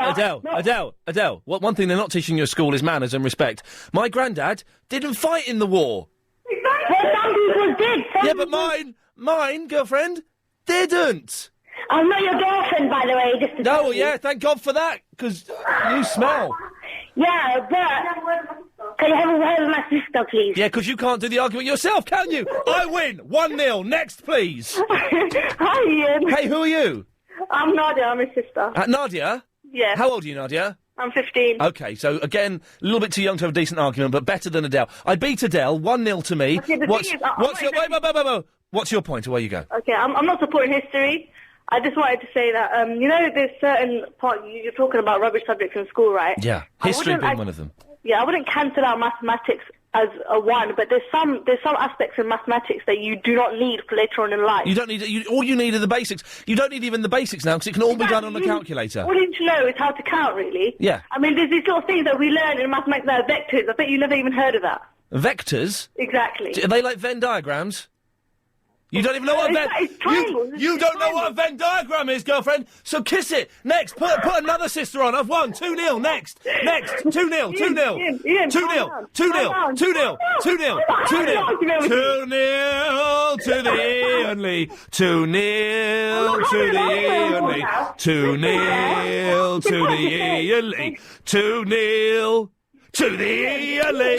2-0. Come on, then. Come on, 2-0. Ladies and gentlemen, 2-0. Thank you. Thank you. It's 2-0 to the Ian Lee. No, it isn't. You're doing tag team, and I'm whopping you. No, it's because you're not listening to me. I'm not shouting. You're shouting. Okay, and is this Nadia? Okay. I can tell Adele to shut up and should she be going to bed. Your turn, Nadia. Don't get rude. Adele, I think it's time. Adele. There we go. Can I just say, she's saying we should learn from history. She just said she's going to kill me. I've won. 3-0. 3-0 to the Ian Lee. Ian, the point I'm trying to 3-0. make Yes, is Nadia. just that we just don't really need mathematics in school. Some aspects. I agree with you on that, yep. Thank you. Thank you. That's all I wanted to say. And have I won? don't argue. You argued with me. Yeah, so it's 4-0 to me then. No, it's not. Okay. Thanks very much, bye. Okay, thank you, bye. Bye-bye. I finished with you as well, Adele. We love you. You're watching us. 5-0. Put the phone down. Adele, it's bedtime. Go to bed. I'm going to kill you. There you go, you see. 6-0. 6-0 to Ian Lee. 6-0 to the... You've got to learn from history, because otherwise you'll repeat things like Hitler and your granddad and stuff. But I'm going to kill you. Oh, dear, I won that argument. What's this about? Ian, I completed Call of Duty on normal difficult level. It was a mare on the last levels. I've got to big up Rob Cannonball, who completed the whole game on veteran. There you go. Ugly Chris is in the Greenwich. Hello, Ugly Chris. Ian, you just had them girls told. I beat them 6-0. You absolutely would. Little so-and-sos. You can't hit them now, which is a shame, but never mind. Anyway, Governor, why are you ugly? I was the ugly guy from yesterday. A couple of days ago, you said phone up if you're ugly, and I called up. Bless you. Well done, mate. Yes, you did. I'm sorry. You're forever ugly Chris now. I do apologise. Thank you very much. I'll take that as a compliment. Can I just say, I've got to say, someone has set up a website for me. I'm going to read this out. It's iainleenews.blogspot.com. iainleenews.blogspot.com. It's been set up by the excellent Raptor X, and he's got some pretty good stuff on there, so go and have a look at that. Anyway, ugly Chris. Yes, sir. Right.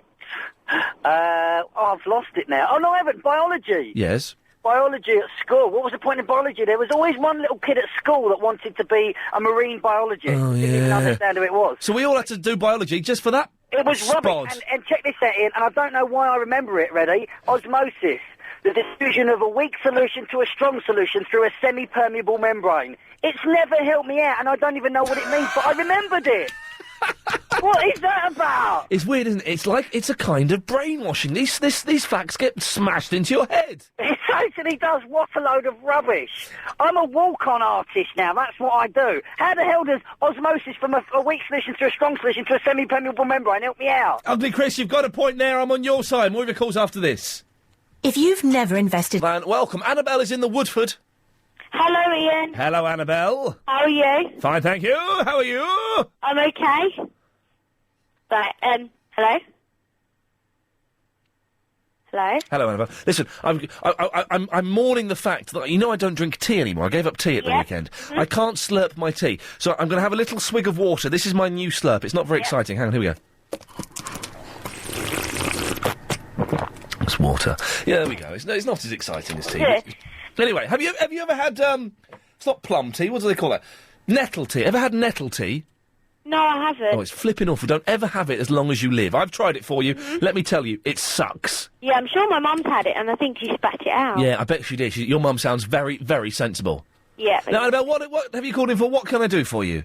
I'm at school and everything. Yeah, right. I have the most awful subject. It's so pointless. Is it general studies? No. Do you still do general studies? What's that? Well, exactly. This is a made-up subject where you just... I did general studies. I can't even remember what I did in it. Yeah, because I do citizenship, and it's a waste of time. Citizenship?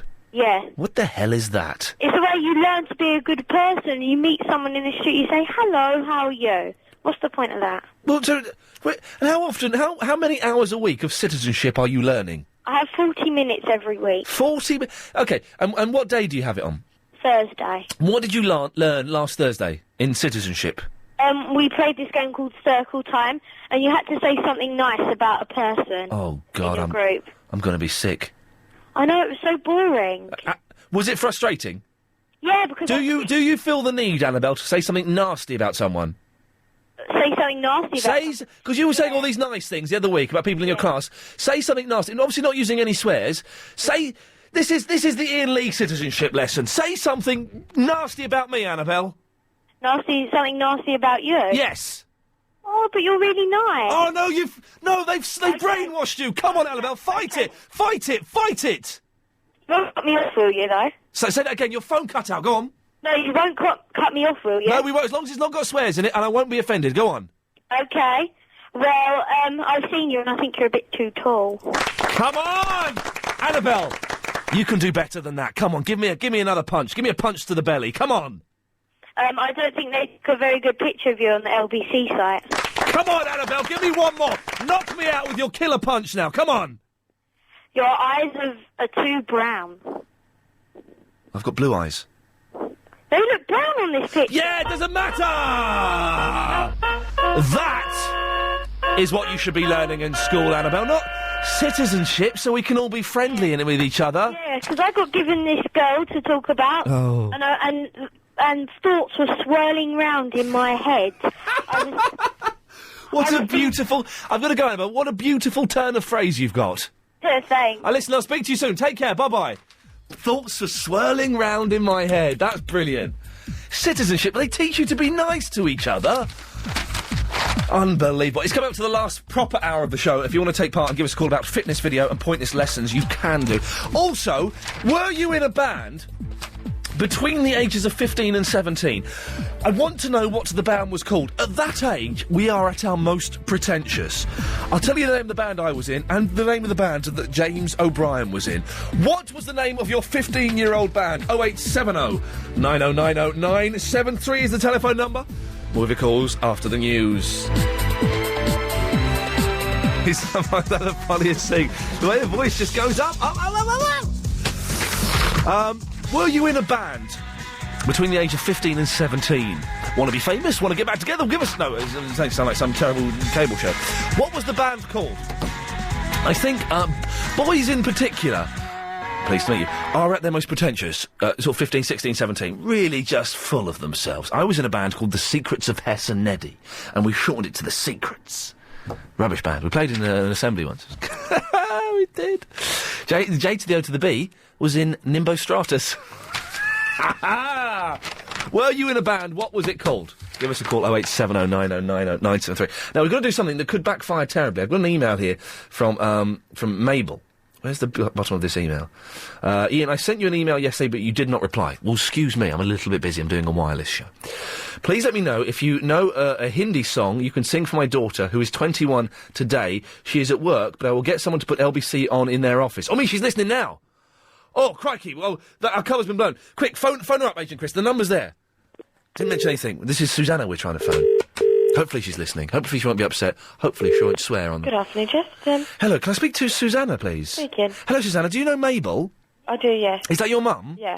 This is Iain Lee on LBC 97.3. You're on the radio now. No. She's asked me to call up and sing a song to you in Hindi because it's your birthday or something. Yeah. I don't know any birthday songs in Hindi, but would you mind if I sang you a Hindi song? Yeah, that's fine. Thank you. Here we go. My Hindi isn't brilliant, by the way, so excuse me. Okay. Perdesi janana hai, mujhe chore ke. That's all I know. Will that do? Yes, that's perfect, thank you. Now, you don't listen to the show, do you? I don't know, not at work. Can I ask, is it just because you're at work? Yeah. Okay, you sure? But your mum, I got the impression from the email that your mother's a little bit mental? She's on the other line on hold. No, is she? Yeah. Talk to her now and have a go at her. I will. Well, tell her off for being so naughty. I will. She's be laughing. Oh, she's been badgering me with emails. Tell her to please leave me alone now, for goodness sakes. Listening to your show. Well, she sounds lovely, and you sound lovelier. Thank you. What are you doing for your birthday tonight? Anything exciting? Not at the moment. I'm not too sure. Oh no, you're not going out for dinner or anything? Probably with a couple of mates and stuff. There we go. We'll have a lovely evening. Thank you. By the way, marks out of 10 for my singing. 11. Hey, well, there you go. It's a mathematical impossibility, but that's what my singing is worth. It's nice to do these things every once in a while. She sounded lovely. Her mum sounds bonkers on the email, it has to be said. Mabel has been harassing me. Hello, Eve. Hello. What are you laughing at? I'm at the stables and everyone's just run into their cars to listen to me on the radio. Oh, quick, we'll wait for a second. Are they at their cars yet? No, they're not at the cars. Shall we wait for a second? They're just putting it on now. Okay, we'll wait. Have you got it? Oh, they're useless, sorry. That's okay, obviously they've tuned into a different station. Let's wait, what were they tuned into? What were you tuned into? He's ignoring me. 97.3, love! He's shouting out, Dawn, it's 97.3. What was Dawn listening to before? Oh, probably Heart or something. Oh, well, we have to say good things about Heart, but I'm not a fan. I'm not a fan, I'm being honest. It doesn't do it for me. Oh, it just depresses me, to be honest with you. Oh, Harp 106.2. Jamie Theakston in the morning. Are they listening? Is Dawn listening yet? Now? Yeah, they're listening now. OK, let's go to Eve in the Bigging Hill. Hi, Eve. Hello. What can we do for you? I just called up because I listened to Ugly Chris earlier. Oh, yeah. And he said about osmosis being Yes. removed. And that's exactly what I remember when I was at school. In my biology class, the teacher taught us osmosis is the movement of water across a semi-permeable membrane from a region of high density to a region of low density. And that's it. That's all I can It's weird remember. you can say that, because without being rude, you don't sound too bright. But when you say that, it makes you sound clever. Oh, I was quite bright, you know. You probably... Well, maybe it's worn off. It's But- just the pikiness in me, don't mind. Yeah. So, were you and Ugly Chris in any way connected at all? No. Would you like to be? No. You don't want to go out with an ugly fella? No, I've got a boyfriend called Adam. Is he ugly, Adam? Well, it's Adam and Eve, and he's not. Oh, I see. So even if you wanted to split up, you can't because of the gag. No, because I'm going to Australia to live with him. You fool! How long, Eve? This is insanity. How long have you been going out with Adam? 6 months. Oh no! When are you going to go to Australia and live with him? Middle of March. Oh, mate, is he Australian? No. Oh, it just gets worse and worse. Eve, can I give you some advice, honestly, and don't take offence? Go on. I'm sure I will, but go on. It's not going to work. You don't think so? No, not after 6 months. And But you just had an Australian accent when you said that. Then did I? you said it's not going to work. It's You not. went up at the end. It's not going to work. Eve, it's not going to work. Australia's an amazing country. You'll love it. I'm sure. I've never been there. I've Yeah, only seen it on the telly.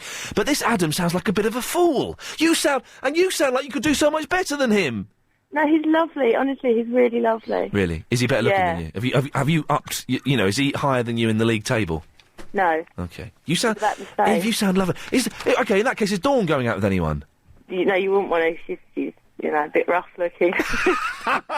Eve, we'll leave it there. Thank you very much for that.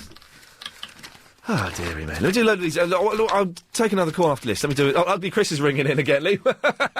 Yeah, I don't mind going out with her. Ugly Chris, what do you want? I just want to say hook me up with Eve. No.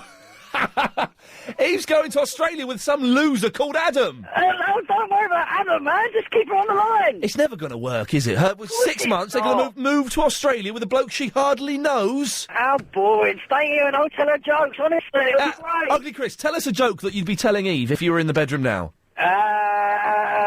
Okay, there's a lot of... And it's not rude, so honestly, please don't cut me off here. I promise it's not rude. Did you hear that there was a lot of gay men hanging around by... Yeah, yeah.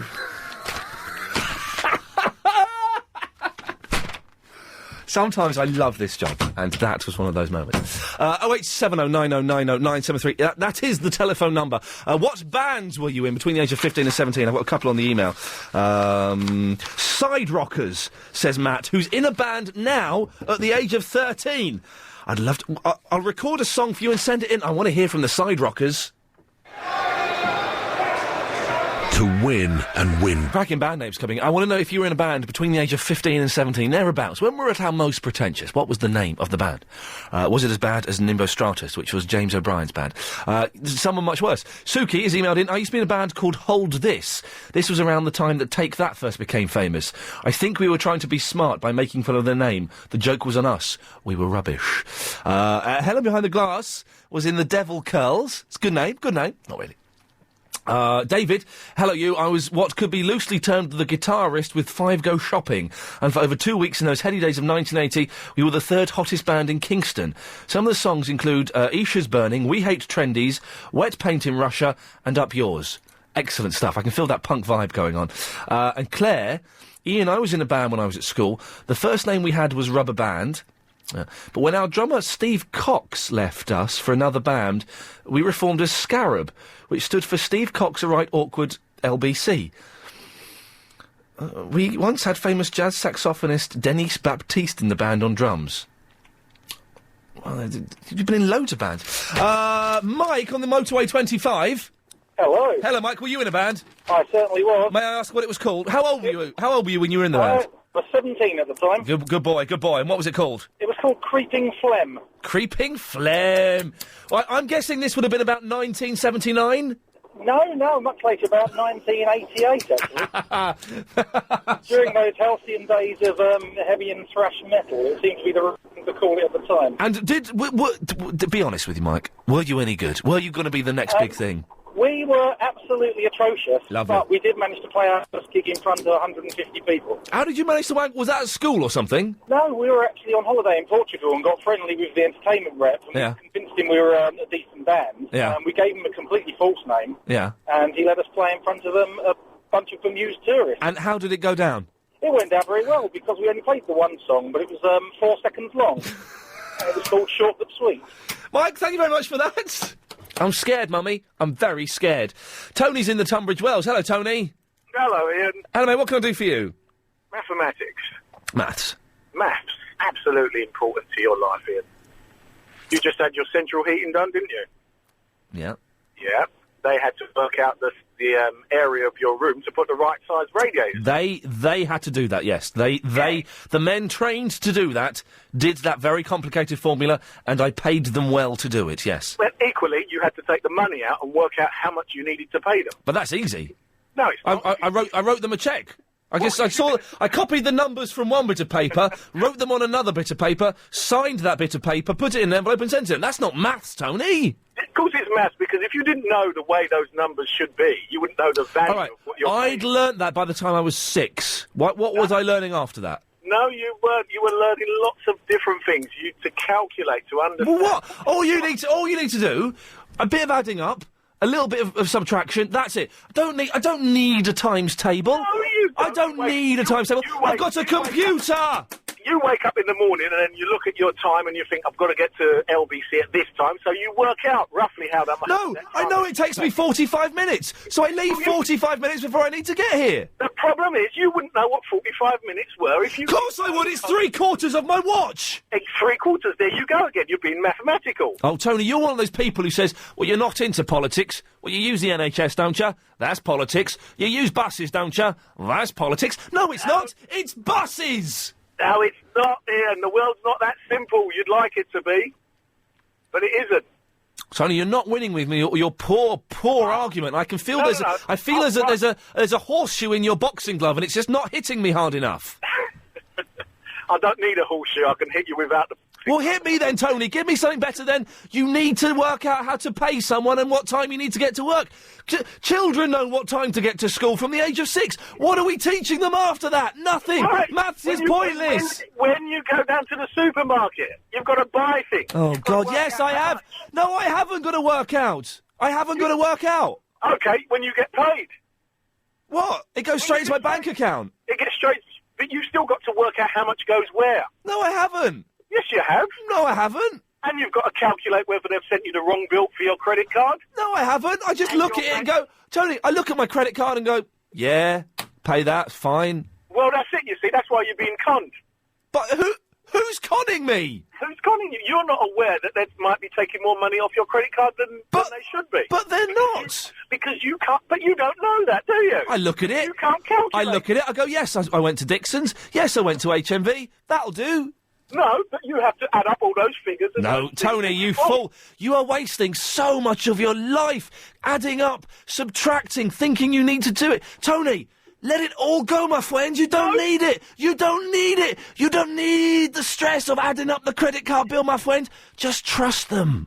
No, trust them. Tony, trust them. Trust them. Visa, Mr. Visa and Mr. MasterCard, they are very, very good people. They know what they do, my friend. They've been doing it many, many times. Yes, that's why they're rich, Ian. Because they're ripping you off. No, they're rich because idiots like you don't pay it all if in one go, and you keep paying them interest. That's why. It's idiots like you that don't know the interest rates because you can't calculate. Tony, so you just pay the amount that you like. It's idiots like you that wait for the interest to build up. You keep paying. I pay off my credit card every month, my friend.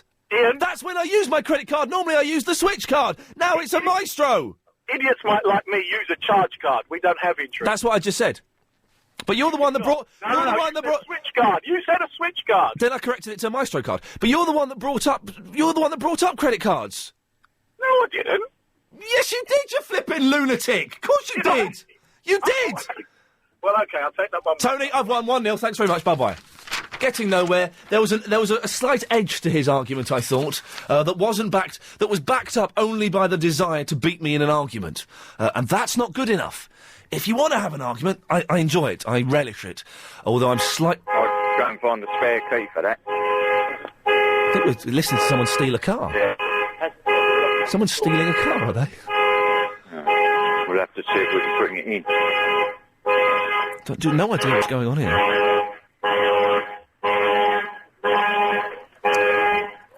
I hope this isn't my car. No, my car hasn't got alarm. Okay. It's finished. Hello, Tony? Oh, yeah? Are you stealing... Sorry, we've been listening to you for the last 2 minutes. Are you stealing... Sorry. No, don't apologise. What the hell is going on? I'm in a car park and one of the alarms are going off. In your car? No, not in my car, in one of the cars in the car park. Oh, I see. Are you trying to Steal a car? No. Oh, sorry, that's what I got, I sorry. work in a garage. Oh, I see. Sorry, I thought you... Okay, fine, I apologise, Tony. Yeah, It was very noisy and it was very funny, thank you. Yeah, no, I was I was listening to you arguing with the other Tony. Oh, what an idiot. He was an idiot, wasn't he? I didn't mention my... Yes, you did. Anyway, Tony, you've called in for a reason. What is it, my friend? Yeah, well, my eldest boy, he used to play in a band. Well, he played in two when he was young. Yeah. He played in a band called Do the Moog. Do the Moog, I like that. That's nice. Yeah, and he used to play, guest in a band called McCavity's Cat. What was McCavity's Cat? That's something famous, isn't it? Well, I think it was, but I can't remember now. That rings the a group bell. was quite good. They appeared on one of these early morning TV programmes. Did they? Yeah. Which one? I can't remember. It might have been This Morning or something like that. Okay, McCavity's Cat. So, can you sing one of their songs to us, Tony? You wouldn't like me singing. Oh, no, I'd love it. No, I can't sing. Okay. Me talking voice is bad enough, let alone me Tony, singing. you're absolutely correct. Go back to to fixing cars. McCavity's Cat was something, wasn't it? Well, there's another band called McCavity's Cat, but wasn't it... I can't think. Oh, my brains. I'm hyperventilating after the argument with the idiot. 0870 9090 973. For that is the telephone number. Oh, let's have a quick look at that top email. And you can email as well, Iain, IAIN, @lbc.co.uk. Iain, did I miss you mention the Demon Axe Warriors from the Land of Oblivion? That was another band I was in. You've got to be in it to win it. Wayne reminded me of that other band I was in. Another Wayne in the Lewisham this time says, I used to be in two bands at school. One was called Bad Boys and one called No Control. I hope you had a nice time in Lapland. A friend of mine had the job of Santa's wife there. You say that's a job? You're saying she's being paid? You're implying that Santa's wife is some kind of hooker? After the news, we'll have the Daily Correspondent update.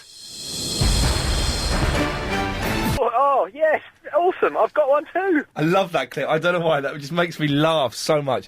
Talking about your rubbish band names, what you got. Iain, I'm forming a Cardiacs rip-off band called Girth.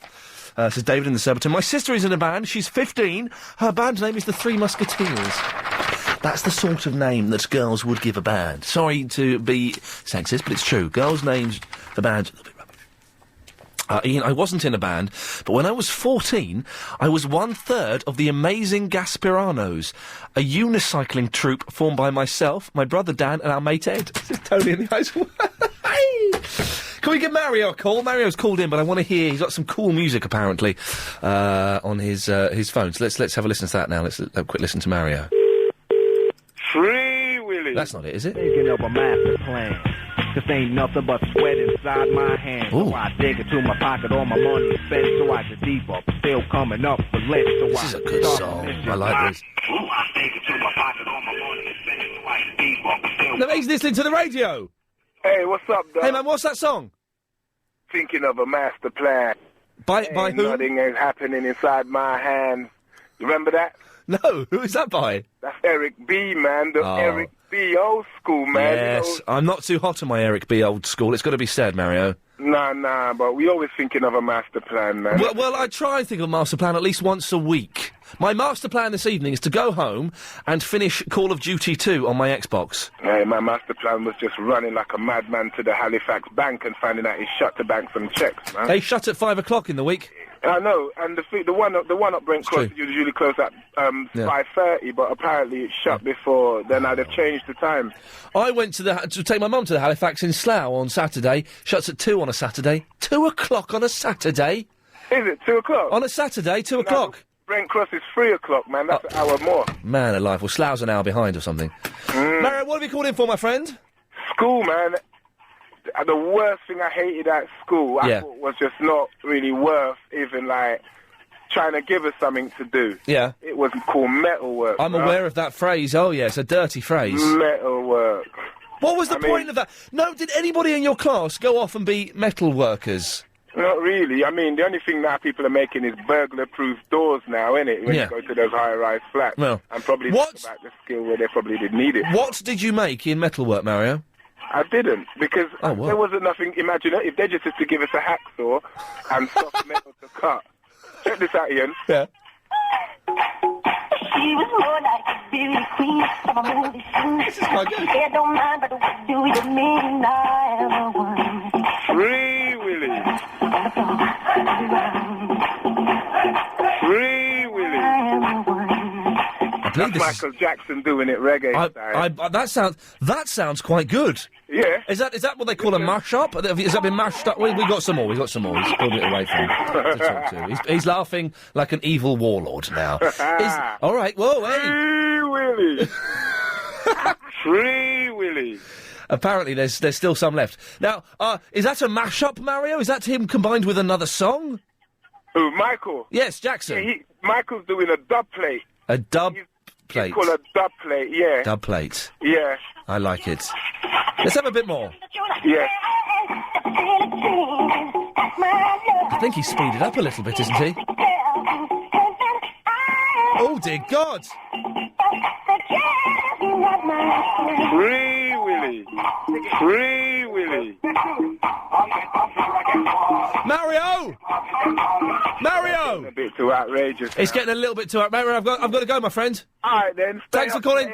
Take care. See you later. Bye-bye. Bye-bye. Isn't he a nice fellow? The reason I had to go there, and sorry, I know we enjoyed the chats with Mario, but if you look at the time, you find out it's 5:38.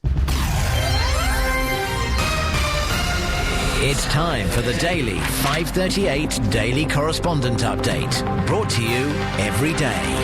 Daily. Vicky, Platypus correspondent. The Platypus programme is called Platypus World's Strangest Animal on 9 p.m. Sunday the 28th of January on Animal Planet. Joseph from the Stratford here. I'm the Doctor Who correspondent, and here's my update. Doctor Who is celebrating its 43rd year on TV this year. Jordan, the RuneScape correspondent. I've not been on RuneScape for about 2 months, so my advice to the players of RuneScape, have a break and get back, you'll be refreshed. Don't get too addicted. I'm Robert in the Portsmouth, the TV Times in human form correspondent. And did you know that Peter Powell and D'Angelo Rippon both made fitness records during the 1980s?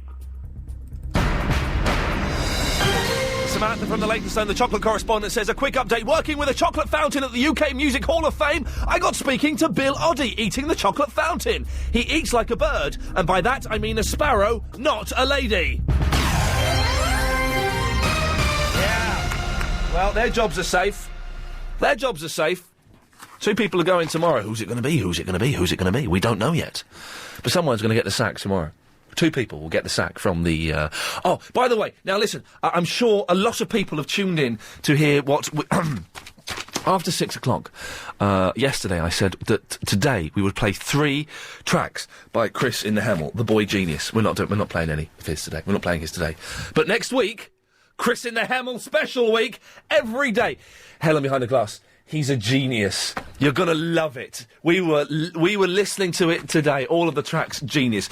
Every day next week, after 6 o'clock, we're gonna play a track from Chris in the Hemel. It's worth setting your tape recorders for. Fiona's in the Bexley. Hello, Fiona. Hi, love. How you doing? I'm fine. I like it when ladies call me love. Oh, it's because you are a little love. Oh, I love that, but people don't, but women don't call men love often enough, and I like calling women love, but some women give you a look as if to say, oh dear. Oh. No, I like that. I think it's friendly. Yeah, I think nice. it is friendly, it's nice. Yeah, you can call me love if you like. Thank you, my love. Oh, my love's a little bit camp, though, isn't it? It's a little bit Larry my Grayson. love, yeah, it is a bit. All right, just love. Go on, love. Good girl. Band name? Yes. Yes. I used to be, I am actually still in a band, but not with such a silly name, almost. Well, what's your band now? Oh, well now it's Phil's band, so it's the Phil Chaplin band. Steel is, what? The band belongs to Phil, his band. Oh, right, so it's called the Phil Chaplin Band? Yeah, because that's his name. Makes sense, that's a little bit arrogant, though, really. Does he deserve to have the band named... Who is this Phil Chaplin? I've never heard of him. No, well, we're quite good. We are quite good. I'm sure you're quite good, and I'm sure he's riding on your coattails. Get rid of him. Hey, get rid of him and still call it the Phil Chaplin Band. That'll really upset him. That'd be almost as silly as the previous band, though. Go on, what was back in about, I'm so my age now, but round about 1988, 89. Yes, well, you're about 35, 40, are you? Yeah, thanks for that. Okay. I'm actually younger than you, so don't push it. You're love. not younger than me. I am younger. You've got an old woman's voice. You sound like my nana. Got a sore throat. Oh, yeah, so did she for 50 years. See, I'm a poor love now. All right, love. Anyway. Yes, my love. The band was called, don't ask me why, but it was called All About Blondes. And none of us were. Was because in those days we all tried to be a bit clever, didn't we? Was that the gag that none of you were blondes? Probably. And were you? Can you remember any of your song titles? That's something about That's the Way We Were. Another Kind of Loving. Oh dear. Lots of girls in there, were there? No, I was the only one. Oh, So how camp does that sound? It sounds a bit girly. Fiona, listen, thank you very much. I just remembered that the first song I ever wrote when I was 15, 16 for The Secrets of Hess and Eddie was called, what was it? I Like Henry Winkler. It was about the Fonz from Happy Days. It really was. Awful song. It was a brilliant song. What the hell, it was brilliant. Vicky's in the Croydon. Hello. Oh, don't. Oh, no, you're not going to be nasty to me again. No, I'm just having a little pause for a second. Go on and speak to me. I'm speaking to you. We've only got a minute, though, before the news. Oh, you did this to me yesterday. What? What can I do? I've got a lot of calls. It's a very popular show. It's not popular. I'm bigging it up there. Yeah, are you? Yeah. Yeah. Well, do you want to come back after the news, then? Yeah, I'll come back after the news. Well, what do I do for the... I've got a minute to fill now. I don't know, we can talk about hockey skirts. What? Don't put that Well, the in. reason I rang in was about hockey and stuff, and the hockey skirts, you know. I don't want to know about hockey skirts at this time of the evening, for goodness sakes. It's not even evening yet. It's still afternoon. Well, hockey skirts rock, don't they? They are nice. Come on, admit it, you like I prefer the netball look. Okay, let's Well, enter no, this. hockey skirts are... Let's enter this slightly seedy world. We've got 30 seconds. I like the netball look. I think that the netball look on a grown woman. Hockey skirts are the same thing. Well, but they're not. But they've got a hockey stick, and I find that. Excuse me, I find that threatening. Do you? Go and get the phone. I'm cutting off Warren. Warren, Go. I'm not talking to you now. What, is Warren phoning you up? He's trying to call me on listen, if he's doing it again. Don't worry, Warren. Oh, that's really weird. I know. Ask him. Answer it while the news is on, and ask him what he knows about a gentleman called Mark in the Camberwell. Okay, call me back then, Warren. Well, this isn't your own private message. We'll speak to Vicky. We'll have spoken to Warren after this. Oh, the grand old Duke of... Hello? Hello? Oh, God. Hockey skirts? Oh, hello? Hello, who's that? Iain Lee playing a joke. Oh, he's such a horrible man. Is that Vicky? Yeah, who's that? Hello. Hello. Jilly Jam Jar. Oh, hello, Jilly. How are you doing? I'm very good, thanks, but I haven't seen your website yet, Vicky. Haven't you? I haven't seen yours either, but I've heard about it. Well, I'm sure yours is much more exciting than mine, but my machine crashed. Mine died. Oh, no. Even I can't see my site. Oh, that's no good. You have to go to the library. Well, I could, but I've got a new machine, so I'll set it up soon. Thing is, you see, Iain does this. Yeah. Because he likes to take the mickey out of his listeners. Oh, he does, doesn't he? He's a bit cruel. Yeah. But I tell you what, Warren had an affair, illicit affair, with Mark and Iain. No, not with him. Although I could defame him on live radio, see how quickly he comes back. Warren had an illicit affair with who? Mark from the Camden, apparently. But apparently Mark from the Camden doesn't know this yet. Oh, really? Yeah. So you had a virgin affair? No, a torrid affair, apparently. I'm going through all the big words today. I don't know what's wrong with me. I'm supposed to be a chav. I haven't heard all of these people, you know. I heard Barry for the first time when Guy Fingers stuff was played. Oh, really? Yeah, he was doing a little sing-along. He's very funny, Baz. Oh, he is. He's very good, isn't he? But I haven't heard it for a month, you see. I haven't been listening. Haven't you? What have you been doing? Well, I've had a life. Have you been going to children's parties? Yes, I've been working, seeing friends, doing things that normal people do. Yeah, you know, it does get a bit worrying when you phone every day. I know. Yeah, I'm over it, but help. You said different to speak to him, but actually, it's lovely to speak to you. Do you know what? It's so much better, isn't it? Shall we just talk to each other? Yeah, no. Thing is, I'm out of the equation completely. Put the radio up and I'm just checking. I was still on. Okay, because you know what he does? He cuts people off and then he carries on as well. Yeah. They end up talking for ages. Still whittering on. Yeah, okay. No, Warren Skype. So, Warren, tell me when we get cut off. That'll learn him. We'll pay him his own game. So is Warren someone who's, like, in touch with you while you're on the radio, then? Well, yeah, Warren. You know Warren from the Northwood? I've heard of him, but I don't think I've heard of him. Well, he's one of my Skype buddies. I don't know Skype. I don't know what Skype does. Well, it's quite cool, actually. So, but I'd probably get a geek alert from Agent Chris if I told you all about it. But no, Skype, go and download it, and it's great fun. But you do get weirdos IMing you. Well, you get them all on your website, don't you? Yeah, I'm just so used to weirdos.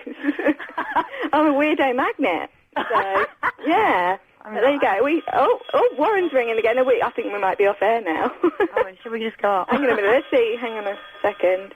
They're still on. They're taking. Are we still on? Aren't they? Yeah. I want to say thank you to Ian for something, but it's not going to happen. Can you hear him?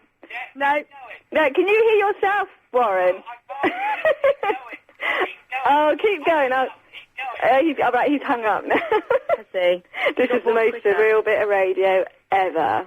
So which correspondence is he going to sack then? Who's the most boring? Do you know what? I don't know. But, you know, there were some that should have been sacked when I was sacked, and you had great pleasure in sacking me.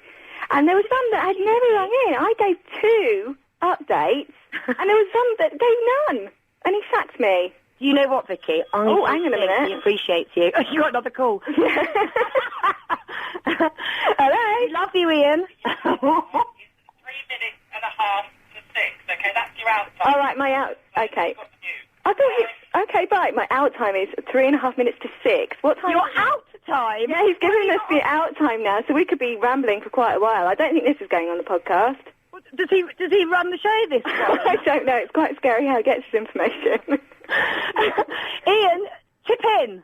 Come on, Ian, speak. Come on, Ian. Want to talk to you, darling? You know, he won't talk to us if we ask him to. Oh, won't he? Is he getting Do you have puppets that you entice out of boxes and stuff? Do you know... He's what? Do you have boxes which you entice puppets out of? You know, it's like, come here, Mr. Sausage. No, I've got better things to do at parties. No, I'm not very into puppets, actually. I fell out with Derek. Derek? Yeah, Derek the puppet. dog. Yeah, he's my dog. Right. I don't like him. He's on all my flyers, and everyone loves him. But and he's fallen out with him. What, have you taken him to Battersea? I didn't rescue him. No, but have you sent him there? Have you fallen out with him? Yeah, we just don't get on. He's a diva. He takes over, so I just shut him in the suitcase and shut it, yeah. Oh, well, you shut him in the suitcase? Yeah. That's mean. You can't do that to a dog. Less oxygen, less hassle. Oh. I got through my door today, Vicky. What was that? What's not that one we're watching you by that gym? Oh, hang on. What is this? It's really quite scary. Are we off now? I don't know. I haven't got a clue. Oh, for goodness sake. No, put it up. We're still on. Oh, God. She's probably making really bitchy comments underneath. Oh, shish kebab. Oh, dearie me. He just mentioned shish kebabs. I don't know why, but hey. But, you know what it is? I can't believe he's kept us on this long, actually. I'll tell you why he's done it. I'll tell you why he's doing it. He's having a fag. Welcome to the Generator Game. Mike, can you name 8 businesses that would benefit from a lightning generator? Construction, hotels, events, telecoms, banking, retail, commerce. So we'll be taking your calls straight to air. Oh, we've got a brilliant MP3 to play, actually, today that someone has put together. I think it's Stephen, but I'll check after 6 and we'll get all his details right. Before that, though, let's go to Andy in the Sid Cup. Hello, Andy. Hello there. Hello, sir. What can I do for you? Just talking about bands when you're a teenager. Oh, yeah, go on. Were you in one? I was in one. What instrument did you play? Right, it was a keyboard that wasn't plugged in. What, you were miming? Yes. Oh, man, that's so cool. Because then you can do the full dancing thing as well, and just hit any key. We modelled ourselves on The Prodigy. Oh, I feel so old. And what did you call yourself? We were called Whiz Kid. And how many Zs were in that Whiz Kid? Whiz Kid, 2. Two. Okay, you didn't go for the Whiz Kid. No, we didn't want to batter it. Did you did you get to any gigs? We got onto cable telly, actually. And you were miming? Yeah. Oh, mate, this is genius. When? What? How? Well, no, what we do is we'd go into a recording studio and we'd do like an 8-hour session, and then we'd get the DAT tape and just play it on stage and just muck about with some keyboards.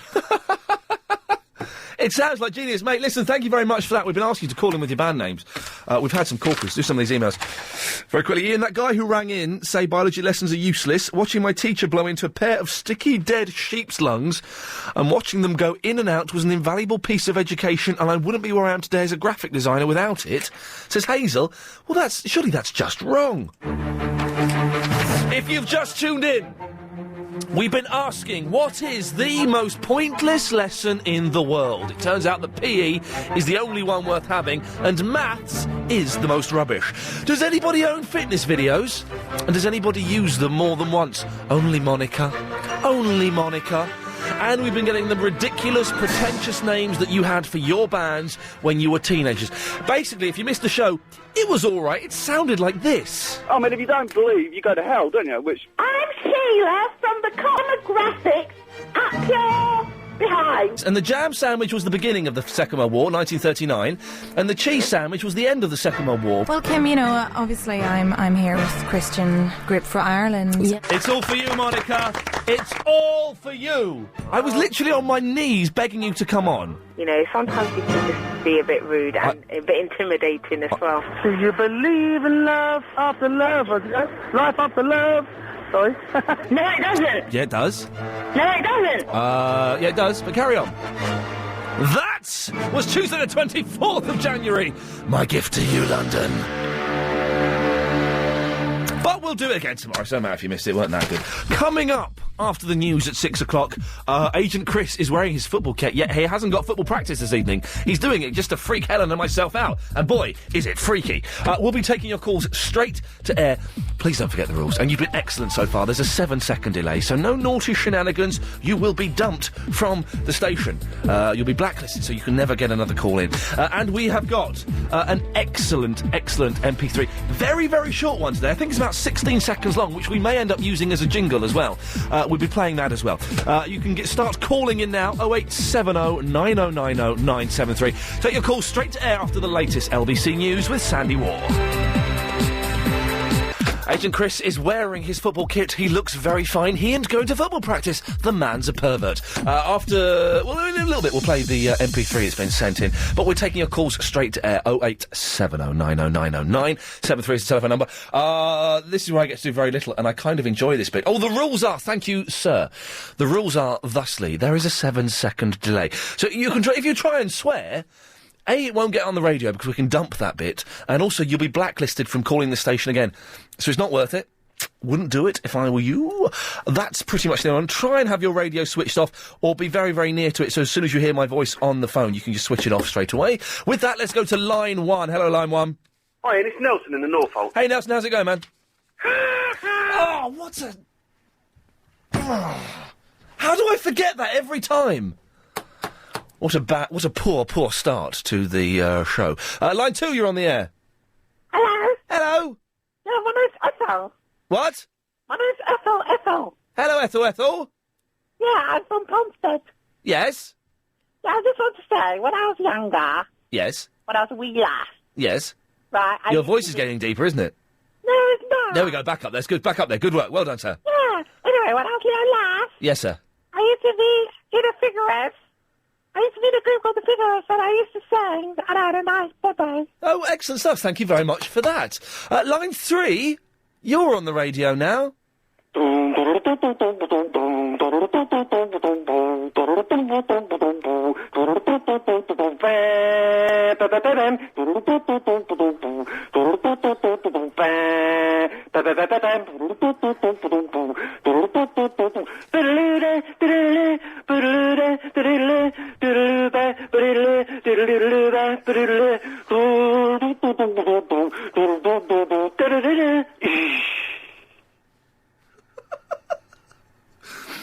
Oh dear, I'm almost crying with laughter. That's the funniest thing I've heard in ages. I don't know why. Line 4, you're on the radio. Hello? Hello, you're on the air. I was in a band once. It was called Super Life. Nice one, thanks very much. I think I've got their second album somewhere. Line 6, you're on the radio. AM, WKRP. Baby, if you've ever wondered. It's WKRP in Cincinnati. It's a very obscure show. Let's have a listen, it's a good song. I'm living on the air in Cincinnati. Cincinnati, WKRP. Got kind of excited back in, unpacking. It's an odd show. Did you ever see this? Down the dial. It wasn't very good. Maybe you and me were never meant to be. Just maybe think of me once in a while. It's nearly at the end. There's only about 10 seconds left. I'm at WKRP. The M bit's good, here we go. Thank you very much for that. It's about a DJ, it's a radio station, I believe. Line 1, you're on the air. Hello there, I've got a message for Mr. Fred Harris. Could you please tell him that, David Dexter called, he's from the local fine fair, and that his Chocomobile is round the back of our car park. Unfortunately, it's been clamped, and it'll cost him 50 quid to get it released. OK, cheers, bye. Thanks very much for that, bye. Hopefully Fred Harris will be listening and we'll get that message. Line 2, you're on the air. You're boring me now. You're boring me now. You're boring me now. You're boring me now. You're boring me now. You're boring me now. Oh, you gave up too. Boring me now. Oh, no, carry on. You're boring me now. You're boring me now. You're boring me now. You're boring me now. Keep going. You're boring me now. You're boring me now. You're boring. No, you took too long a break. If you're going to do it, have the conviction to do it for 10 minutes. I would have let you gone on 10 minutes solid doing that. I shouldn't have said that. I've laid down a gauntlet somewhere now, haven't I? Line 2, you're on the radio. Hello, Ian. Hello, you're on the air. Hello. Can I tell you something really interesting? Yeah, go on. Yeah, it might shock you, and it might make you feel disorientated. Wow. Okay, well, my name is Georgia. Wow, I feel shocked and disorientated. Whoa, let me sit back and get my breath while we go straight to line 2. Line 2, you're on the radio. You're listening to the Afternoon Muppet Show with Ian Muppet Lee.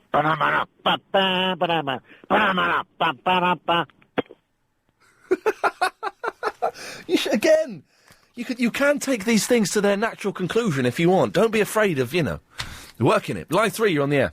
Oh, hi, Ian. Hey, man, how's it going? Yeah, it's going well. Would you be able to send me, a bank of, clips from the show so I can, make an MP3 or something? No. Why don't you just tape them? Do what we used to do in the old days, tape them. In the old days, when I used to mess around with clips and bits like that, would do it tape to tape. Would tape bits, then tape bits onto another tape, and then... yes, well, it's iTunes. You can get it from iTunes. You can tape it off. Whatever, do whatever. No, I'm not sending you anything. Line 4, you're on the air. Hi, Ian. Hey, how's it going? It's fine, it's Matt. Hey, Matt. I'm going to play you a love drum solo. Oh, yes, please, thank you. Okay, here we go.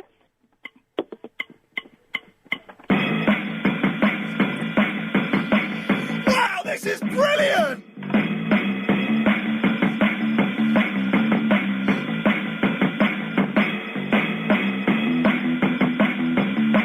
Yeah! I've got a mouthful of sausage.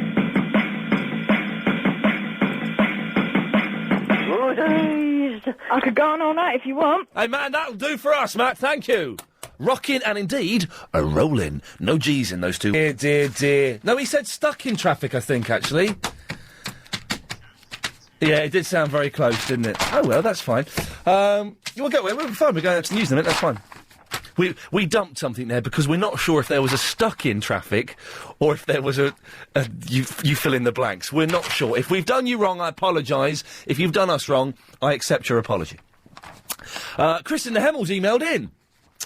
Maths is pointless. Everyone says, oh, it's the most important lesson you'll learn. That's a load of cack, he said crap, but I'm cleaning it up for him. I'm okay at maths, but I hate it.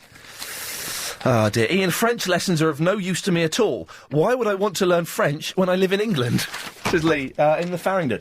0870 9090 973. More of your calls straight to air. And an MP3. We've got to do it all after this, I think. If you've never invested in property, if you'd like to be a successful property investor but don't know where to start, if building a portfolio seems a bit... Sending your MP3s, your CDs, we've got a stack load, but keep them coming in because most of them are brilliant. We've got some new stuff from Lyrical Zombie, which is superb. I've got to big up their website at some point. I'll look that up at some point. Next week is Chris in the Hemel special. Every day we're going to play a track from Chris in the Hemel. But keep sending your stuff in. Mustn't be any longer than 2 minutes, although Chris in the Hemel's one is... Chris has done a track called Chris in the Hemel, 1 minute 30. It's 2 minutes 12 long. He thinks that's going to trick me. Anyway, no longer than 2 minutes, ideally. It doesn't have to be a song. Can be anything you want. A little bit and pieces you put together. Email them in or send them in. The one we've got today is 16 seconds, but it's brilliant, and we're probably going to use it as a jingle or something. Dear Ian and Agent Chris, a little MP3 ID for Ian's show, 16 seconds long. Love the show. Steve from the Broccoli. Well, It's this. Iain Lee starts at 3, ends at 6:30. You can listen for free. Iain Lee on LBC on 97.3. Yes. That'll do for me. Cracking stuff. Thank you very much for that, Steve. Excellent. OK, let's carry on taking your calls to the air. Please, no swearing. That last fella, we've kind of put a warning by him because we're not sure exactly what he said. Don't swear, you'll get dumped, it won't go on the air, you'll be banned from the station. 0870 90 90 973 is the phone number. Line 1, you're on the air. Hi there, is that me? Yes, you're on the radio. Hi there. Hi Nick, how are you? I'm very, very well. Hi. It's Iain, bud, it's Iain. Oh, Iain, God, you're old this same, aren't you? Yeah. Yeah.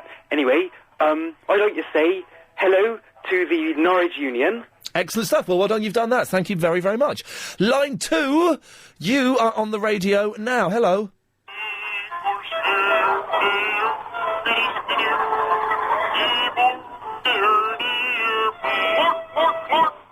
Oh, is it the Muppets? I couldn't quite work it out. No, it's the chef, the Swedish chef from the Muppets. That's what it was. Couldn't quite do it in my head there, but we got it. Line 4, you're on the radio. Do not throw eggs at a centipede. It's never a nice thing to do. They've got lots of legs and a very small head, and they make lots of smelly green poo. Thank you very much for that. Oh, dear. Line 2, you're on the radio. Yeah, hi, Ian, how are you? It's Anthony. Hi, how's it going? Yeah, well, I've just played football earlier. Come back from football today. Nice one. Did you win?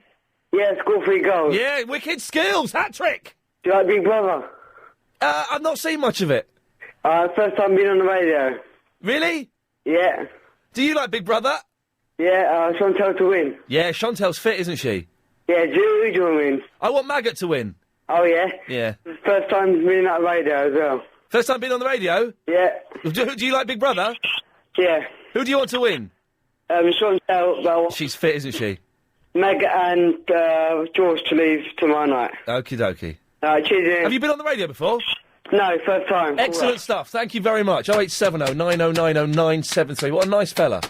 What a nice bloke. Line 2, you're on the radio. It's the A-Team thing, very quiet. They're a long way away.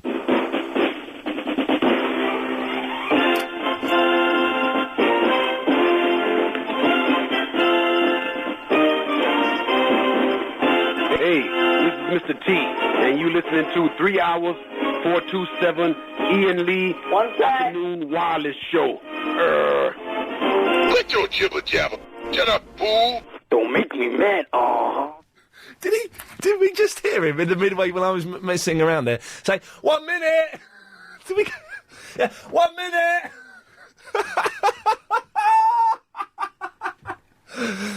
It's finally got through, after months of trying. 1 minute! Oh, man, I love it! 0870 90 90 973 if you want to come straight to air. You can do pretty much what you want. Line 2, you're on the radio. Hello there, Iain Lee, 6 song. Here we go. Curly whirly custard, snot and bogey pie. I'm fine, thank you very much, sir. Oh, where should we go to now? Line 2, you're on the radio. Raindrops keep falling on my head, but that doesn't mean my eyes will soon be turning red. Oh, bless you, that's sweet. Rubbish, yes, it was rubbish, but it was indeed sweet. Line 3, you're on the air. Hello. Hello, you're on the air. Hey, you alright, Ian? Yeah, nice one, how's it going? I'm fine, thank you. It's Daniel here. Hello, Daniel. Hi, I'm fine, thank you. Good. Yes, could you do me a favour? I can consider it. Oh, cracking. Could you... See, I've made a little mistake with my dad's card, yeah? Yes. For his Christmas card, you see. Yes. Yeah, so could you do me a favour and say, Happy birthday, John? Happy birthday, John. Thank you, Ian, you're a star. Pleasure, and so are you, sir. Favours like that I can do easily, although that may be some code. There could be a fellow getting egged on his way home from school now because I've said that. We've got the code, let's egg him! Line 4, you're on the air. Evening to you. Hello. I went to a circuit class last night, and I came out, and I don't know whether I was hallucinating or just from the extreme pain that I was in, but I heard Clive Ball say that you were fronting a show about Playboy girls? Or... No, that's incorrect. No, what I'm doing is I suppose we can get to this. I'm doing a show on an obscure cable channel, and I've had to do a trail where I mention Girls of the Playboy Mansion, but unfortunately, I have nothing to do with the Girls of the Playboy Mansion. So I was going to offer to come and carry your case. I'm sorry. Although there is it Maxie Allen is going to the pole dancers dancing competition tonight or something? We didn't get an invite. Although, Chris, I forgot to tell you. There is a chance I may be going to stay at Hugh Hefner's house for a week. Seriously, in America, there is a tiny, tiny chance. I don't know if I would be able to do it. I don't know if morally I would find that acceptable. But I may be. Hello, Line 2, you're on the air.